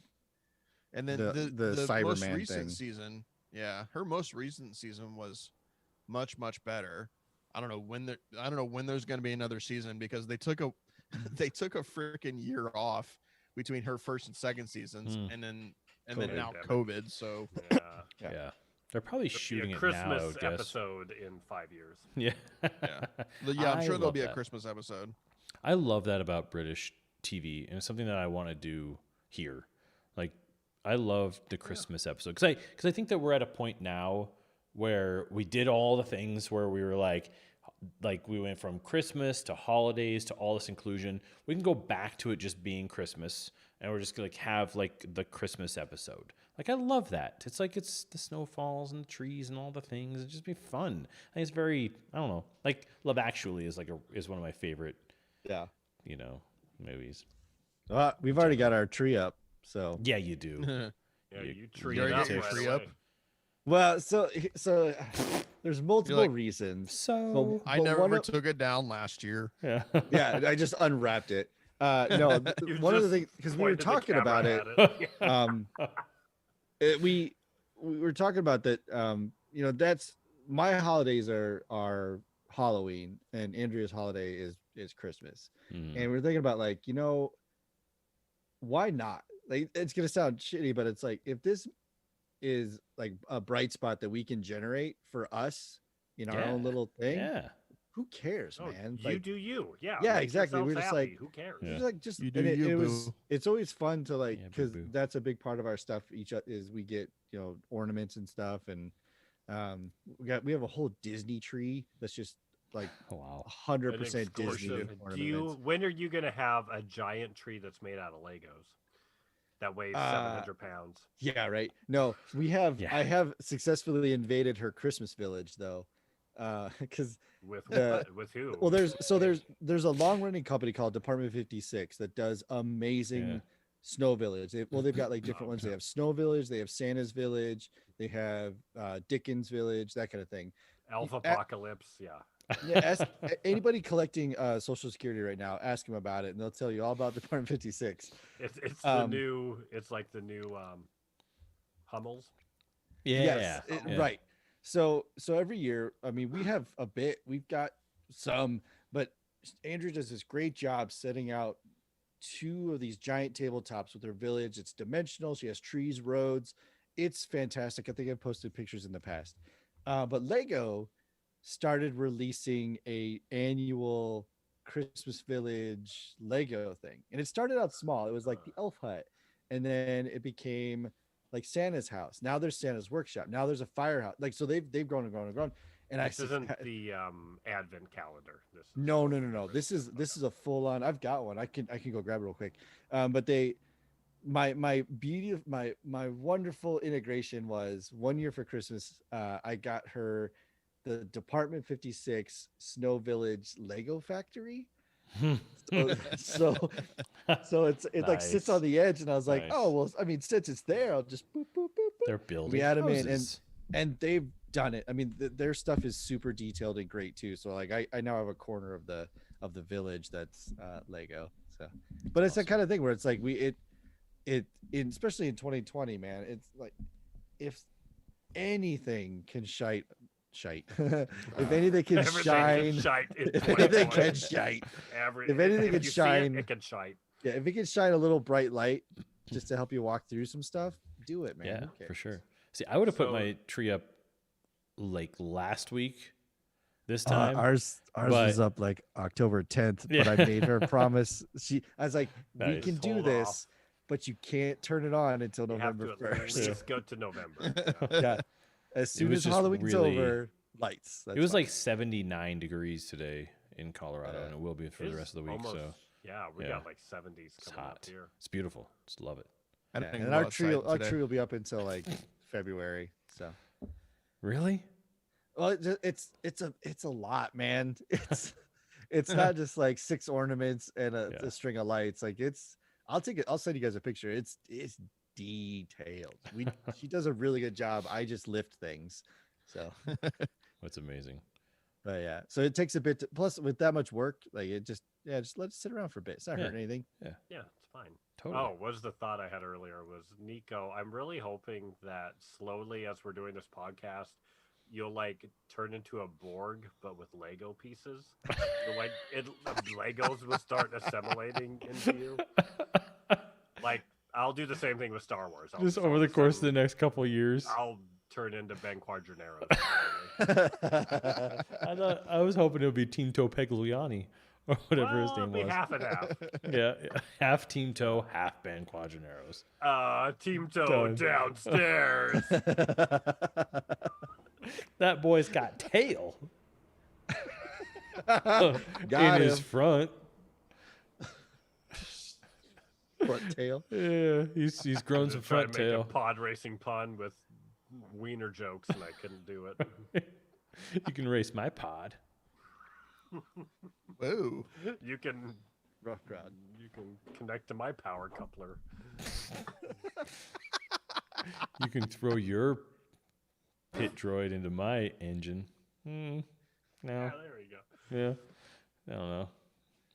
This is a map of Tatooine before the war. That's me doing Mos Amy Sedaris. Espa. This is Moss. Fuckadoo. What the hell's the big one that's in the first Isley. Moss Isley, and this is Moss Pingu. Spaghetti, whatever the name Right. was. But you can't see spaghetti, it you because it's sweet. covered in Arms are dust. sweaty. Like, good Lord. Just don't. Yeah. I really want to inject her into Alien now Yeah. in Yeah. place of Sigourney Weaver. Pretty soon it's going to come out of his stomach. Look out. If this one ever, what did she say? If this one ever divides or buds, I will buy it from you. Yeah, Not kidding, I'll- but Yeah. seriously. But not kidding, but seriously. Yeah. It would have been good if she was a good actor. She's fine. Mm. Leave it alone. Don't like it. Don't be so mean, man. I'm not mean. I'm just It's saying. such like, it's you such should- a good it's such a good. If that character was so much more dynamic, it was- would take away from where was- that character's supposed to. It was bad directing either way. Like either she got directed to say it that way. It's like Fair. make sure you say before the war. Or it was bad Before the directing because war. no one was like, "Hey, Amy Sedaris, could you do this not shitty?" Like that would be Yeah. good directing too. So Need you to back, So, oh no, back that we up. a needed little. you to act today. yeah, we need to Who actually did make direct this that push. one? Oh, Team Topu. You know, I don't think it was. It might have been Favreau. Yeah, Team 2 would have never. Yeah, Team 2 wouldn't have let that happen. Team 2 runs a pretty tight ship.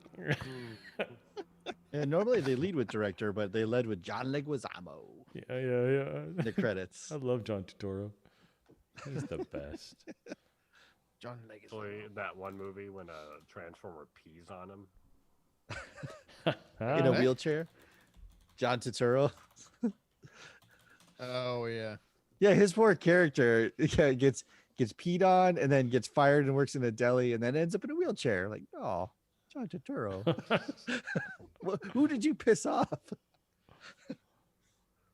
Probably just like asked Michael Bay a question, and Michael Bay's like, "He's in a wheelchair now." Yeah, and he gets the great line of, "I'm underneath two giant brass balls." Like, okay, John Turturro. Oh, Favreau directed it. Oh, shoot. Well, Well, gotta no, the take rest back of it was everything. fine. The rest of it was great. But you gross. Maybe he liked that performance, Matt. You never know. Yeah, Yeah. it tickled Before the war. Before the war. I think that- it's hard when you don't when you write it, you See it. direct it, you cast someone that you think like, you know, if you just think they're great, you're not going to necessarily be as critical on their horrible acting as you normally would be. Well, Yeah, maybe he on kind of wants set- like a sassy mechanic type thing. That's what he's shooting for. He's like, give me I want a little bit of Sam from Cheers, but as a woman, and also a mechanic, and throw in some Boston, Yeah. and also just go gaga for a kid. Yeah. Put all that in a blender. We'll figure this out. I need you to move this weird exposition. off plus We'll fix it in post. plus 10 different things. And also, she is reacting to a ton of CGI. So it is jumping into, because I doubt she's seeing, the one droid was there. Mm-hmm. Yeah. R5 was there, but the pit droids aren't. Those are added later. Ooh, yeah. It was probably like the improv. They're probably having fun on set with the improv. And then That was the one take that set. The rest I of them, had they more fun cracked up. before the war. That's gonna happen on this show all the time now. You realize that, Yeah. right? For the war. For the is, yeah. war. Hey, what are you doing? Don't you remember know, from the she's- previous season he doesn't like droids? She's gonna be in the next episode. I'm just gonna give you the heads up Ugh. because he's got to go back and collect the Razor Crest, which Yeah. we've seen him in again. So she's definitely in the next episode. Hey, welcome back. Did you kill a crate dragon in that previous episode? Is that what's going to happen? Are you sure Did you you don't want jump to take into the an kid? empty Sarlacc pit? Did you meet Boba Fett? Did you scratch my speeder bike? Yeah, that's what's good. That's what it's going to be. She's going to be like, hey, there was this guy who looked like a clone. He was asking about you. That's what's going to happen. Remember the Clone Wars? She's going to ruin the entire show with her member berries. Wonderful. Their terrible member berries. See, the trick I for don't you know. is you're gonna have to watch this tomorrow night and just push that aside. You're gonna have to Yeah. just stifle that. It's like knowing the dip in the roller coaster is coming. Just Yeah. it's coming. Be ready for it. I know her and then- stupid hair and her terrible acting is going to ruin everything. Aw. We'll see how it goes. We'll see how it goes. I sure hope Amy Sedaris isn't one of our viewers. That'd be sweet if she was. If that's the case, you're great. We love you. But come on to the show and defend yourself. Yeah, yeah. Yeah. right. Defend yourself. Defend But yourself you have to with do it the, in that character. Yeah. with the $200,000 you made filming the Mandalorian. Right. Yeah, right. Oh, you don't care? Oh, okay. Well, Oh, good. You don't care what we think? Fine. We don't care what you think, but you really Yeah. bothered me, and I'm upset about it. whatever. I just think you were a much better actor before the war. Yeah. It was well done. Thanks. I got my improv chops come back every now and man. then. Yeah, Right. every now and then. Memory came up on my Facebook feed. Brian, do you want to guess how long ago we shot the first season of Platonic? God. Let me try and guess, too. I think it was in 2013. So, yeah, Yeah, 7 years. ago? Yeah, 7 years. 7 years. Like My we're brain almost at a said 8. decade. I've guessed around. Yeah. It's like it's going to be an interesting time capsule to go back to at like decade time. It'll be fun to like take that back in. What are you looking at? I was I've I was showed you this actually- picture. I was actually just thinking recently. I should go back and watch it. Yeah. Yeah, we'll have to have a thing for the 10-year anniversary. Hey, look at those handsome kids. What is that? Oh, we look Can't so see it. good. That was me and Eamon and Gracie in our shirts. In the thirsty tuna. Yeah. I still have that shirt too, Mm-hmm. That's a good shirt. and I have a box of gray matches somewhere. Oh, You nice. should make an ornament out of them Ooh. I like that idea. for your tree. Yeah. Yes, please. Memory tree. You remember the one season 2 episode we shot? I do. It was good. That was funny. Yeah. Yeah. Is that was that not the hiring new people episode? Yeah. Yeah, that's it. Yeah. Okay. Mm-hmm. Is I that think I promo don't know or how full many. episode? Yeah, I think you turned that into a promo. Yeah, it was was for a gonna be Kickstarter, Indiegogo type thing. I don't know how many episodes I might. God, I might have actually the whole second season written. That's not been shot yet. It's good. I think it's Yeah, good. it was Yeah. good. It's good. Thank you. Yeah. Yeah, it was. I'm hoping that the second season could be good. Wouldn't it be great if we did it like 10 years later? I'll just do that. You should, and then make it a prequel. Do Yeah. Wet Hot American Summer With pod racing. Yeah, yeah. with Ben Quadranero. Before the war. It's like the manager is Ben Quadraneros. And be- Oh, wa-da-da. all right, Ben. All right, just relax. God, this guy. Oh, I mean, he's giving us all these jobs, so we gotta deal with it. Ah. But do I have to work with so many pet droids? Yeah. Can you believe last night Gray went home with Tinto Pugliani? Well, since you live up in Colorado Oh, now, I we should just can. do the spin-off of Ames Girls. The spin-off of Sonic. Yes. Where Ames lives on a milk farm. Yeah. Yeah. What? He's a dairy farmer.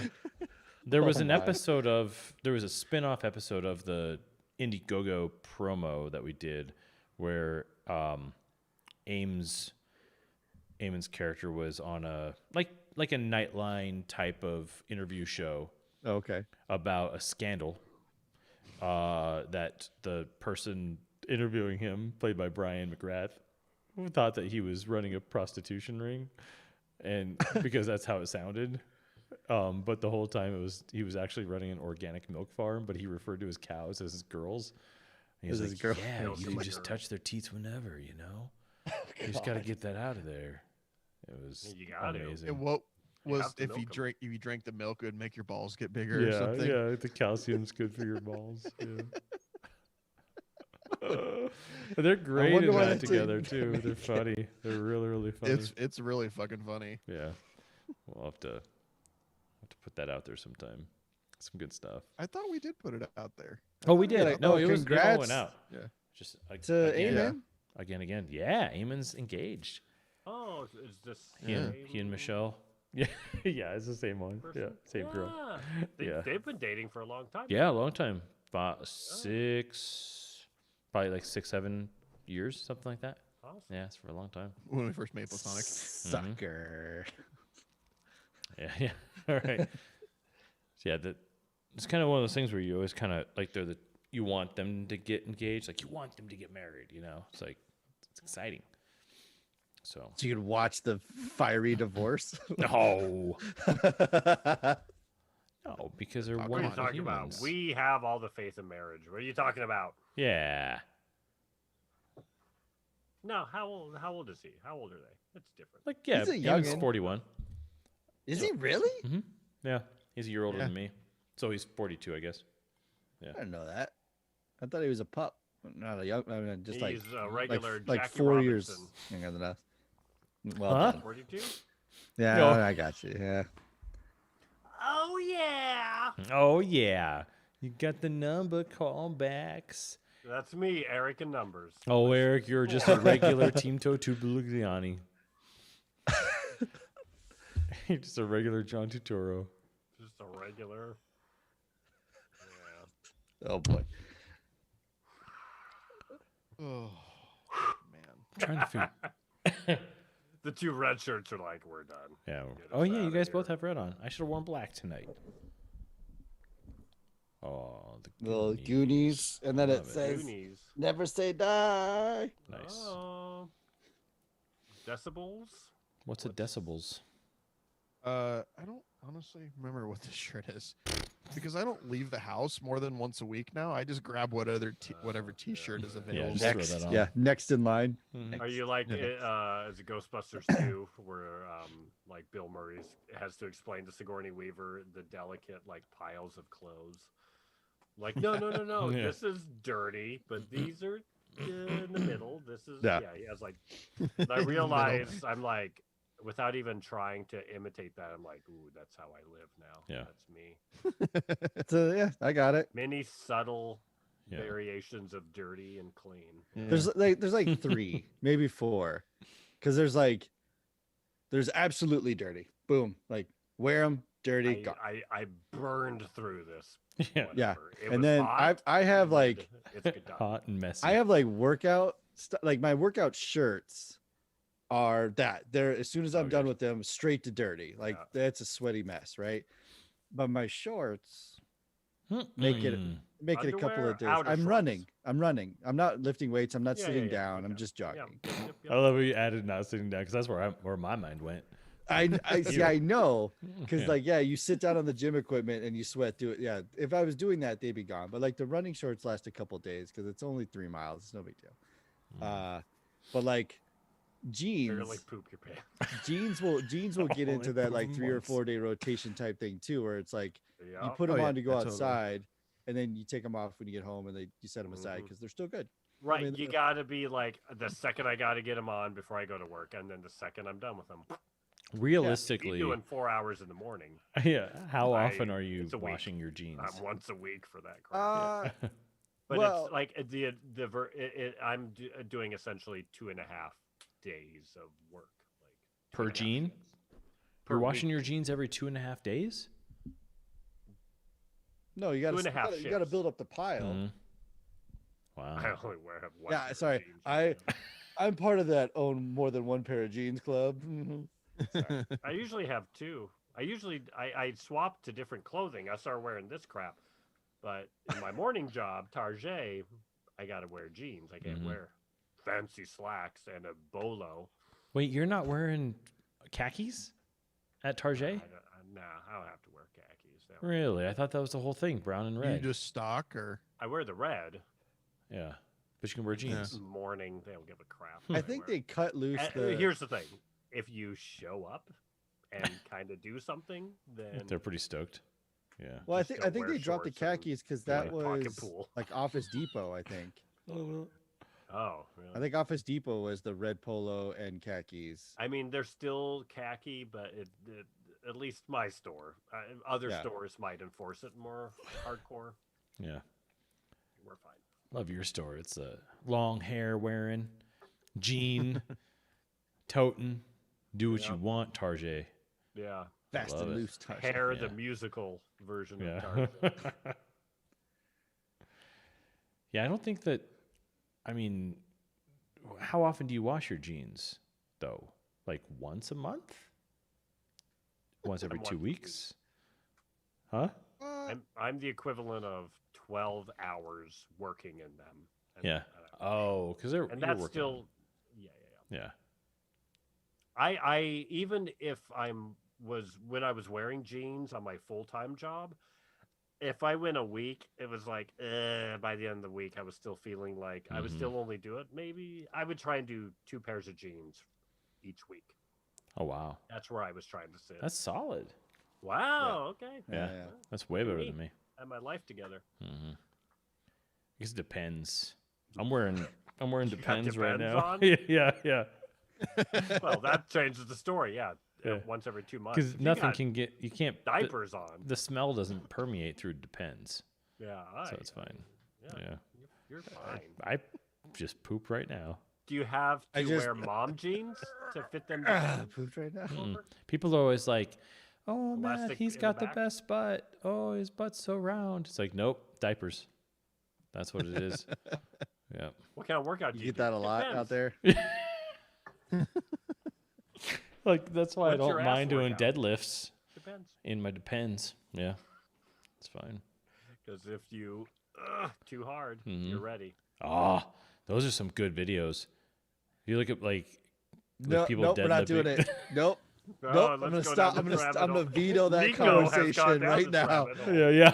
We're gonna- Nico's I've been down the watched hole. People, I've been there. sports folk pooping. It took me forever Yeah. to crawl back out. Yeah. We're- It's funny. It took me 6 months to clean Okay, out my timeline. you from gotta that. tell me. I want to know. Well, I've never. I mean, I do deadlifts a lot, and you have to like you clench and you lift it.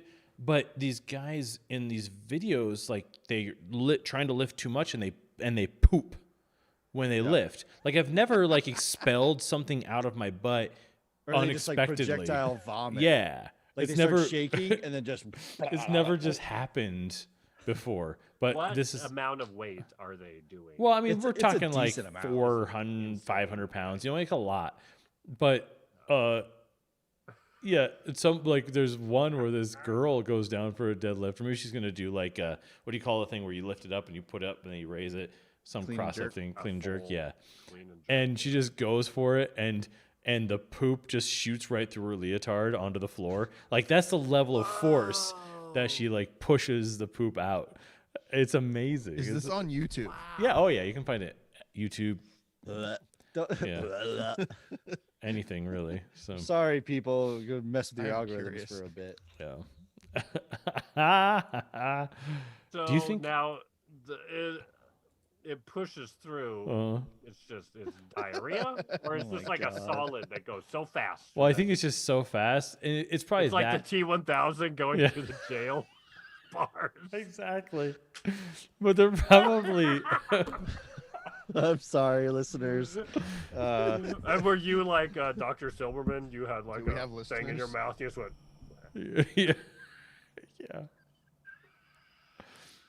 Because I think that they probably Make that meme. I need to have some kind of supplement in their system, like a pre-workout or something to Yeah, like absolutely. jazz them up. So it's already probably diarrhea. Yeah. So Yeah, she's over liquided. when She's these way guys too squeeze it hydrated out, yeah, it all with a just bunch of caffeine explodes. and amino acids and That's why I admire NFL players so much because they wear white out there on the field, white pants. yeah, You know, I was like, right. I couldn't wear white pants. If I was wearing white pants, it would be especially like, the with the force that some of these guys get hit. yeah. You think there'd be You a can't way tell me more that there poop. hasn't been a little bit of like a Yeah. curious poop. Yeah. There's definitely compilations of like Curious UFC turtle. fighters pooping when they get hit or like when Yeah. they're getting choked out and stuff. Yeah. I mean, because, you know, your body thinks it's maybe dying. So it's just like, get it all out. Evacs. Yeah. Yeah. Oh yeah. God. So when you got time to go down that rabbit hole, just look it up. It's pretty great. And you want to get a new phone. I'm a Mhm. little Go down nervous that to rabbit do hole and now. then burn your phone. Yeah, we're already victims of the algorithm, so it's fine. Just enjoy it. Yeah, just enjoy it. Lay back and sending us a enjoy it. reminder. Enjoy it, That's damn the it. meme So I need watched. to make. I know you guys. I watched Venom the other day, just because I wanted to. I watched I watched it. the new Ghostbusters that I have Oh, dubbed Ladybusters. You had not seen Lady Buster? No, I've seen it, and Oh. I talked about this previously I've in a not seen podcast too, where Let me. I'll be right back. He needs to go wet Uh-oh. himself. yeah, no, I watched it. We can talk. I know he's gonna talk about it because I'm gonna spoil it for everyone. They did costumes for the movie. Who Boston did? Costume. Boston Costume. Really? Yeah. I didn't know that. Is Yeah. he going to suit up right now? Yeah, yeah. That'd be He'll back amazing in if he 20 did. minutes. Anyway, but no, I started going through a movie rewatch because I wanted to do some Halloween-y type stuff. But I still buy physical media. I still buy DVDs and Blu-rays. It's amazing. But when I do it, I put them on my shelf, but then I pull them out a little bit, like, you know, books to read kind of thing. And so I decided to finally start processing through that. So I bought Venom like months ago, but I watched it. But I had in the process of looking, I wanted to watch the Ghostbusters again. But I've got like, what else did I watch? I watched the new Hellboy again. I watched The Good Boys. I don't know if that stupid comedy with like those preteen kids that Oh, it was awful. yeah, It was it's terrible. it's not great, but it's fun. What else did I watch? What we got going on over there? Oh, Riddick. Which I love that character. I mean, you can hate Vin Diesel all day long. You can hate where they took that stuff, but I love the character or the concept of Riddick. Even when I first saw Pitch Black, I was like, I don't know who this Vin Diesel is, but my God, he's amazing. Like I want more of Riddick just because the character was so cool. Give me some more of that Vin.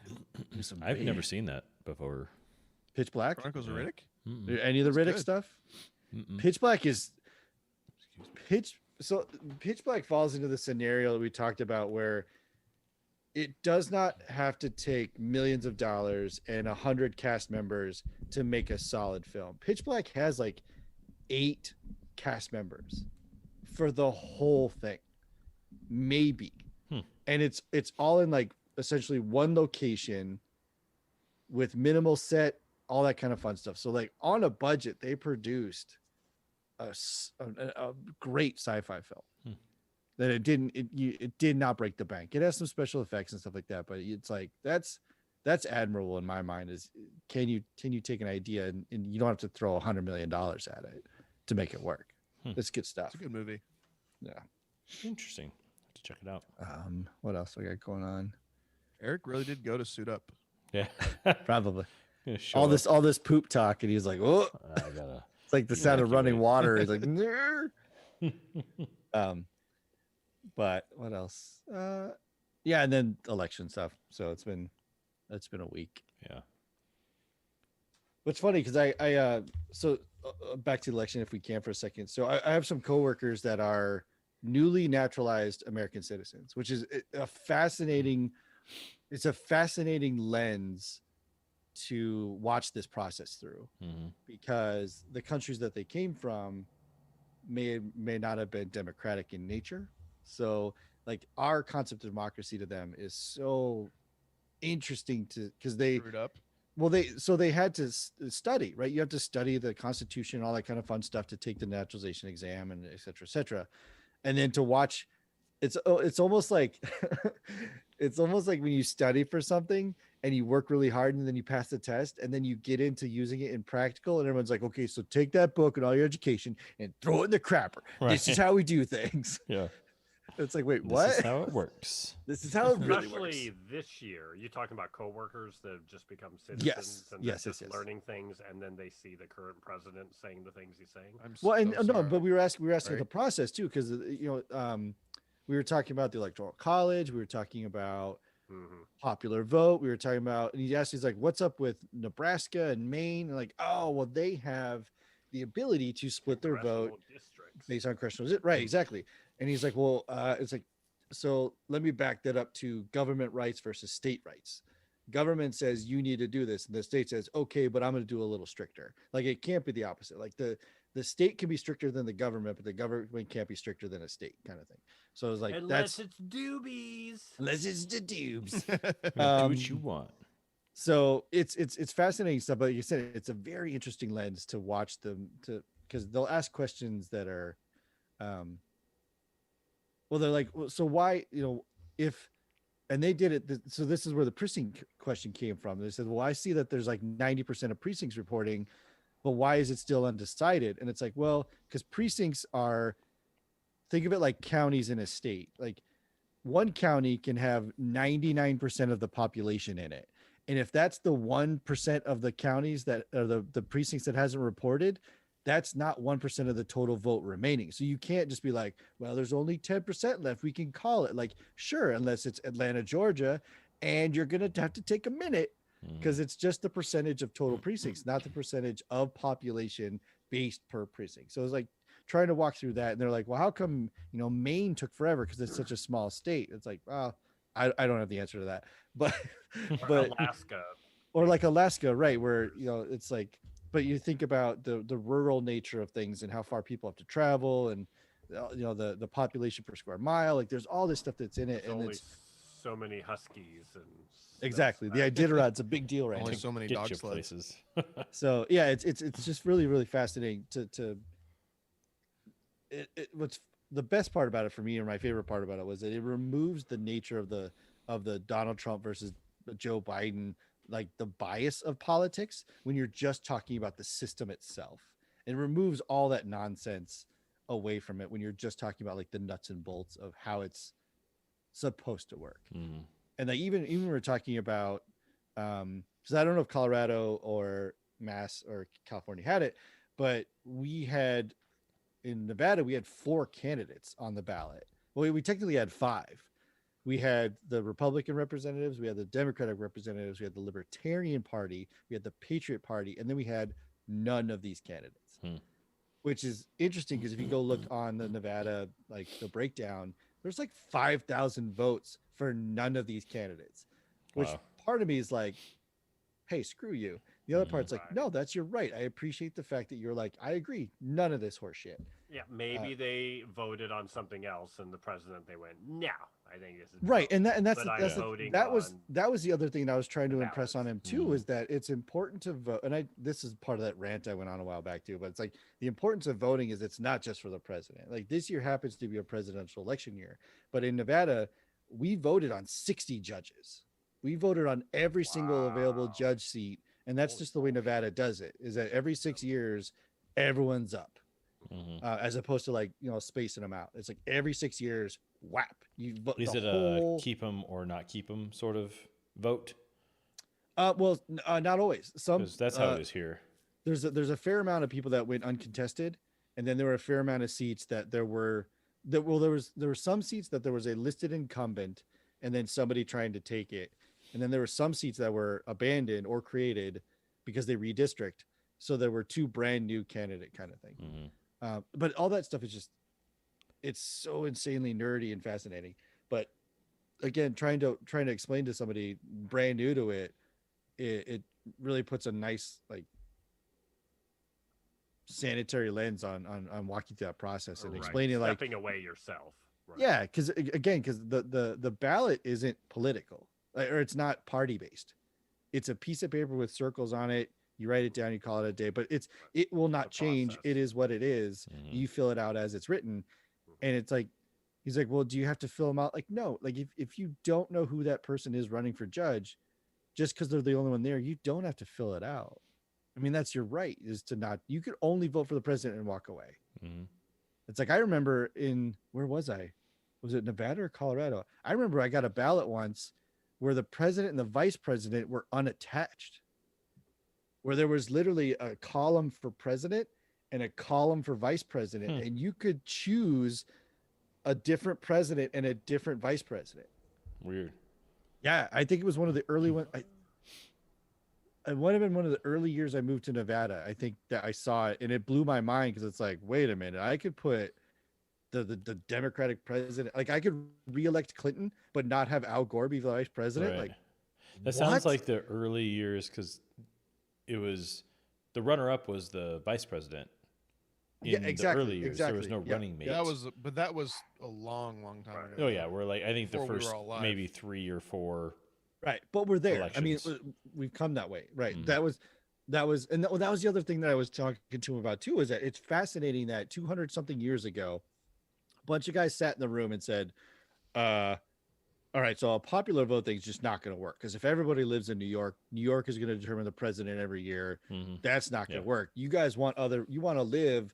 How do we come up with this thing?" And they came up with the Electoral College, and the fact that today it's still people argue a valid or invalid system, but it's still a solid representation of the people. Yeah. Now, is it weird that if you win 7 states, you're the president? Sure. Has that ever happened? I think once.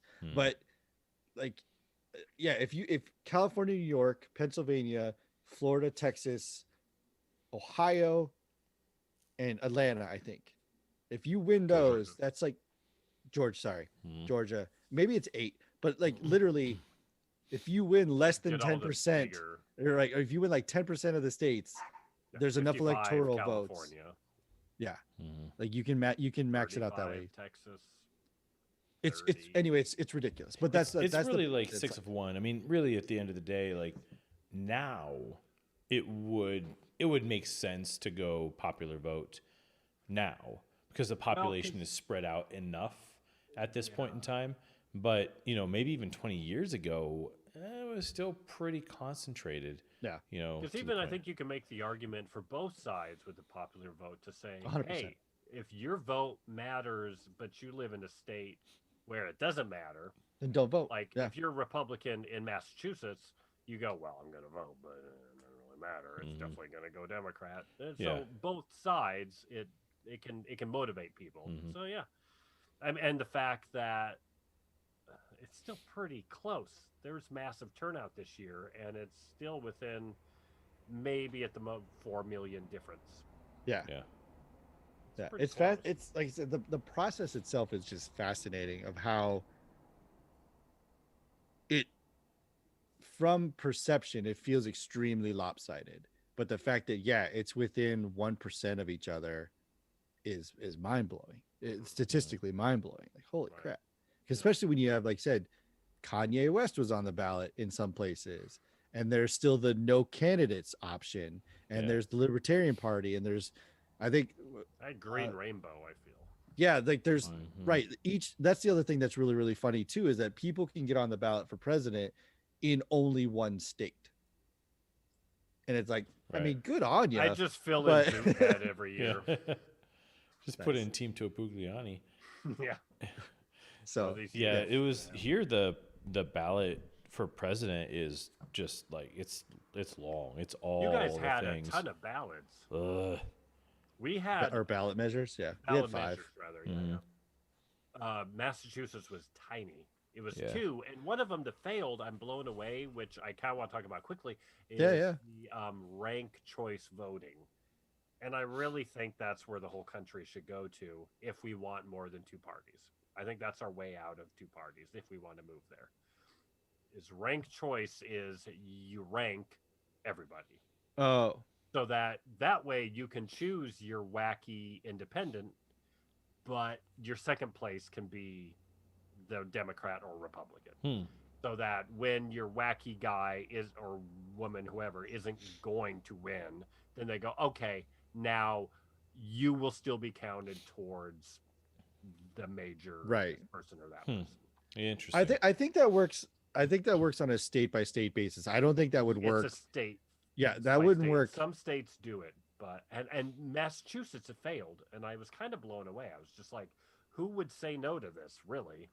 I don't know what the downside is yet. Maybe I think it's because it's this is gonna sound bad. I think it's because it's too mathematically complicated for people. I think it'll probably slow up the vote in a state. Yeah. If you so right now, if Pennsylvania was ranked choice. Yeah.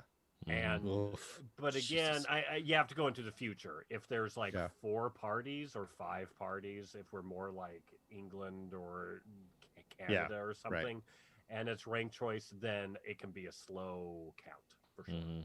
Yeah. But aside from that, that's our way out of two-party system.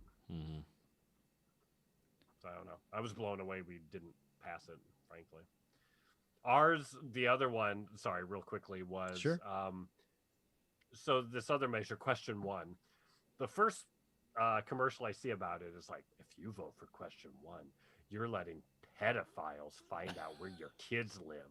And I was like, oh, what the hell is question 1?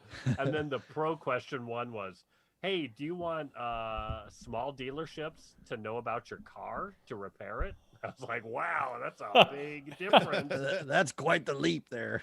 Well, but it works because then that way people will know they can get the car to go pick up the kid. Yeah, it's great. Yeah. I was like, that's great. It's like, clearly there's not a very good argument against no if they're jumping to pedophiles will rape your children. Yeah. Like, that's not really touching the subject. Okay. I mean, it was about phishing, your information being out there, but it's like too late. It's 2020. Everyone knows all pedophiles work at Grease Monkey. Right.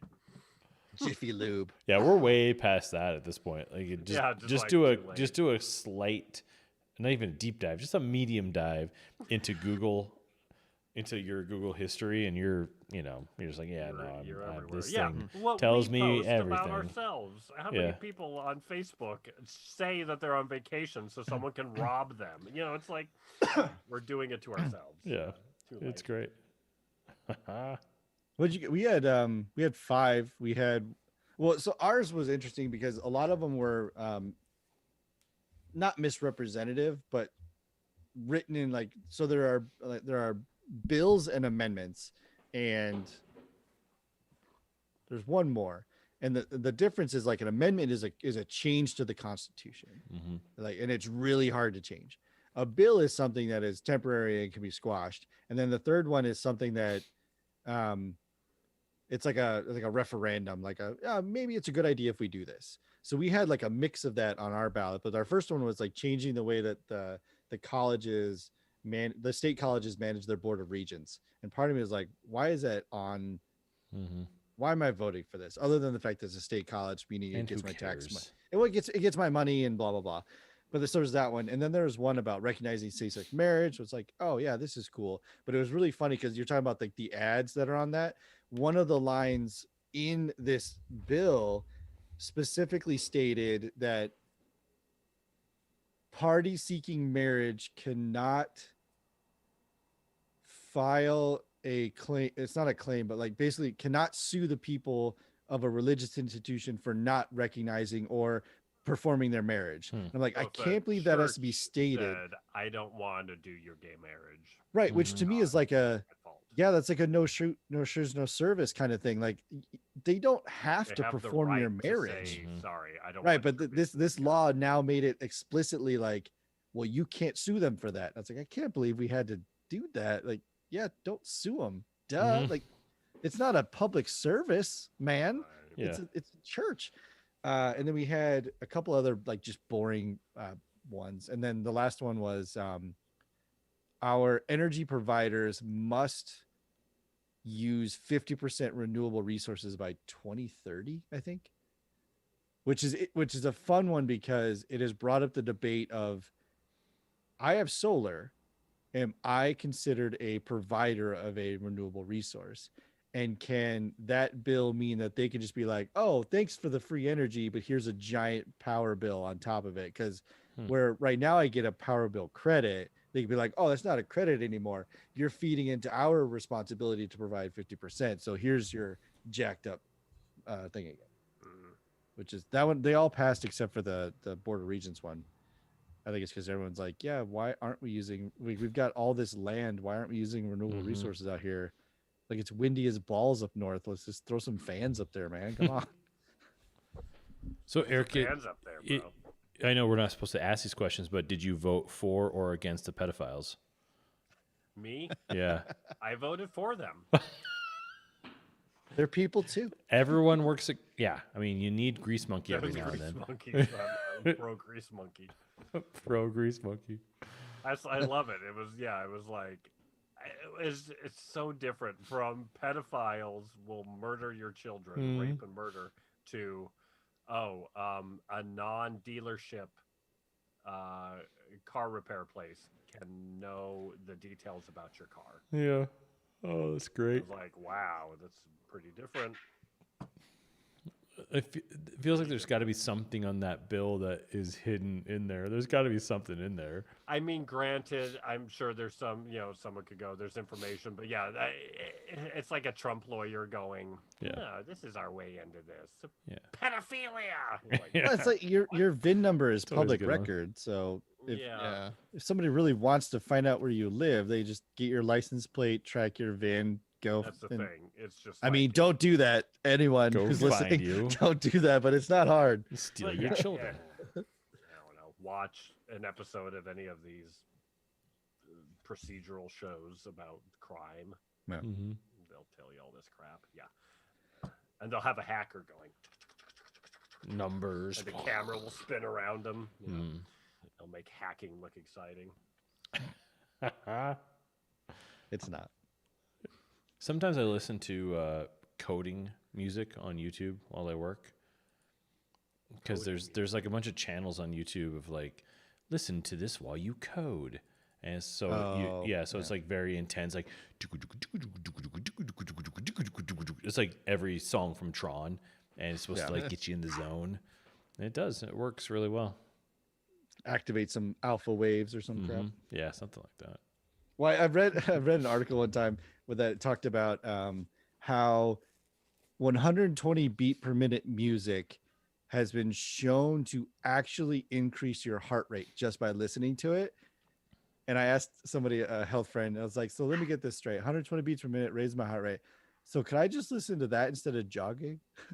Like, is that like, I mean, it's working my heart out. Like, I just listen to that for like a half hour. I'm good, right? They're like, it's not how it works. Well, yeah, Like, it doesn't- oh, I know, doesn't but work it's your really muscles. funny. I also It's a good. Shake weight. listening to it. You got to shake Yeah, weight. the shake weight is good Yeah, for you. shake weight plus.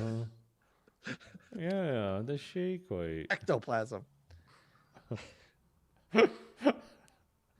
2 different South Park episodes. Boom. Gotcha. Finger guns. All right. All right, everybody. Thanks for listening. Thanks for joining us on the podcast. Thanks, everybody. We appreciate your support and patronage. Pilgrimage. We appreciate your pilgrimage. Check us out on Apple and Spotify and all the places where podcasts are listened to. I like the Spotify. It's good stuff. It's got auto rollover. It's amazing. Yeah. team2pegliani.org.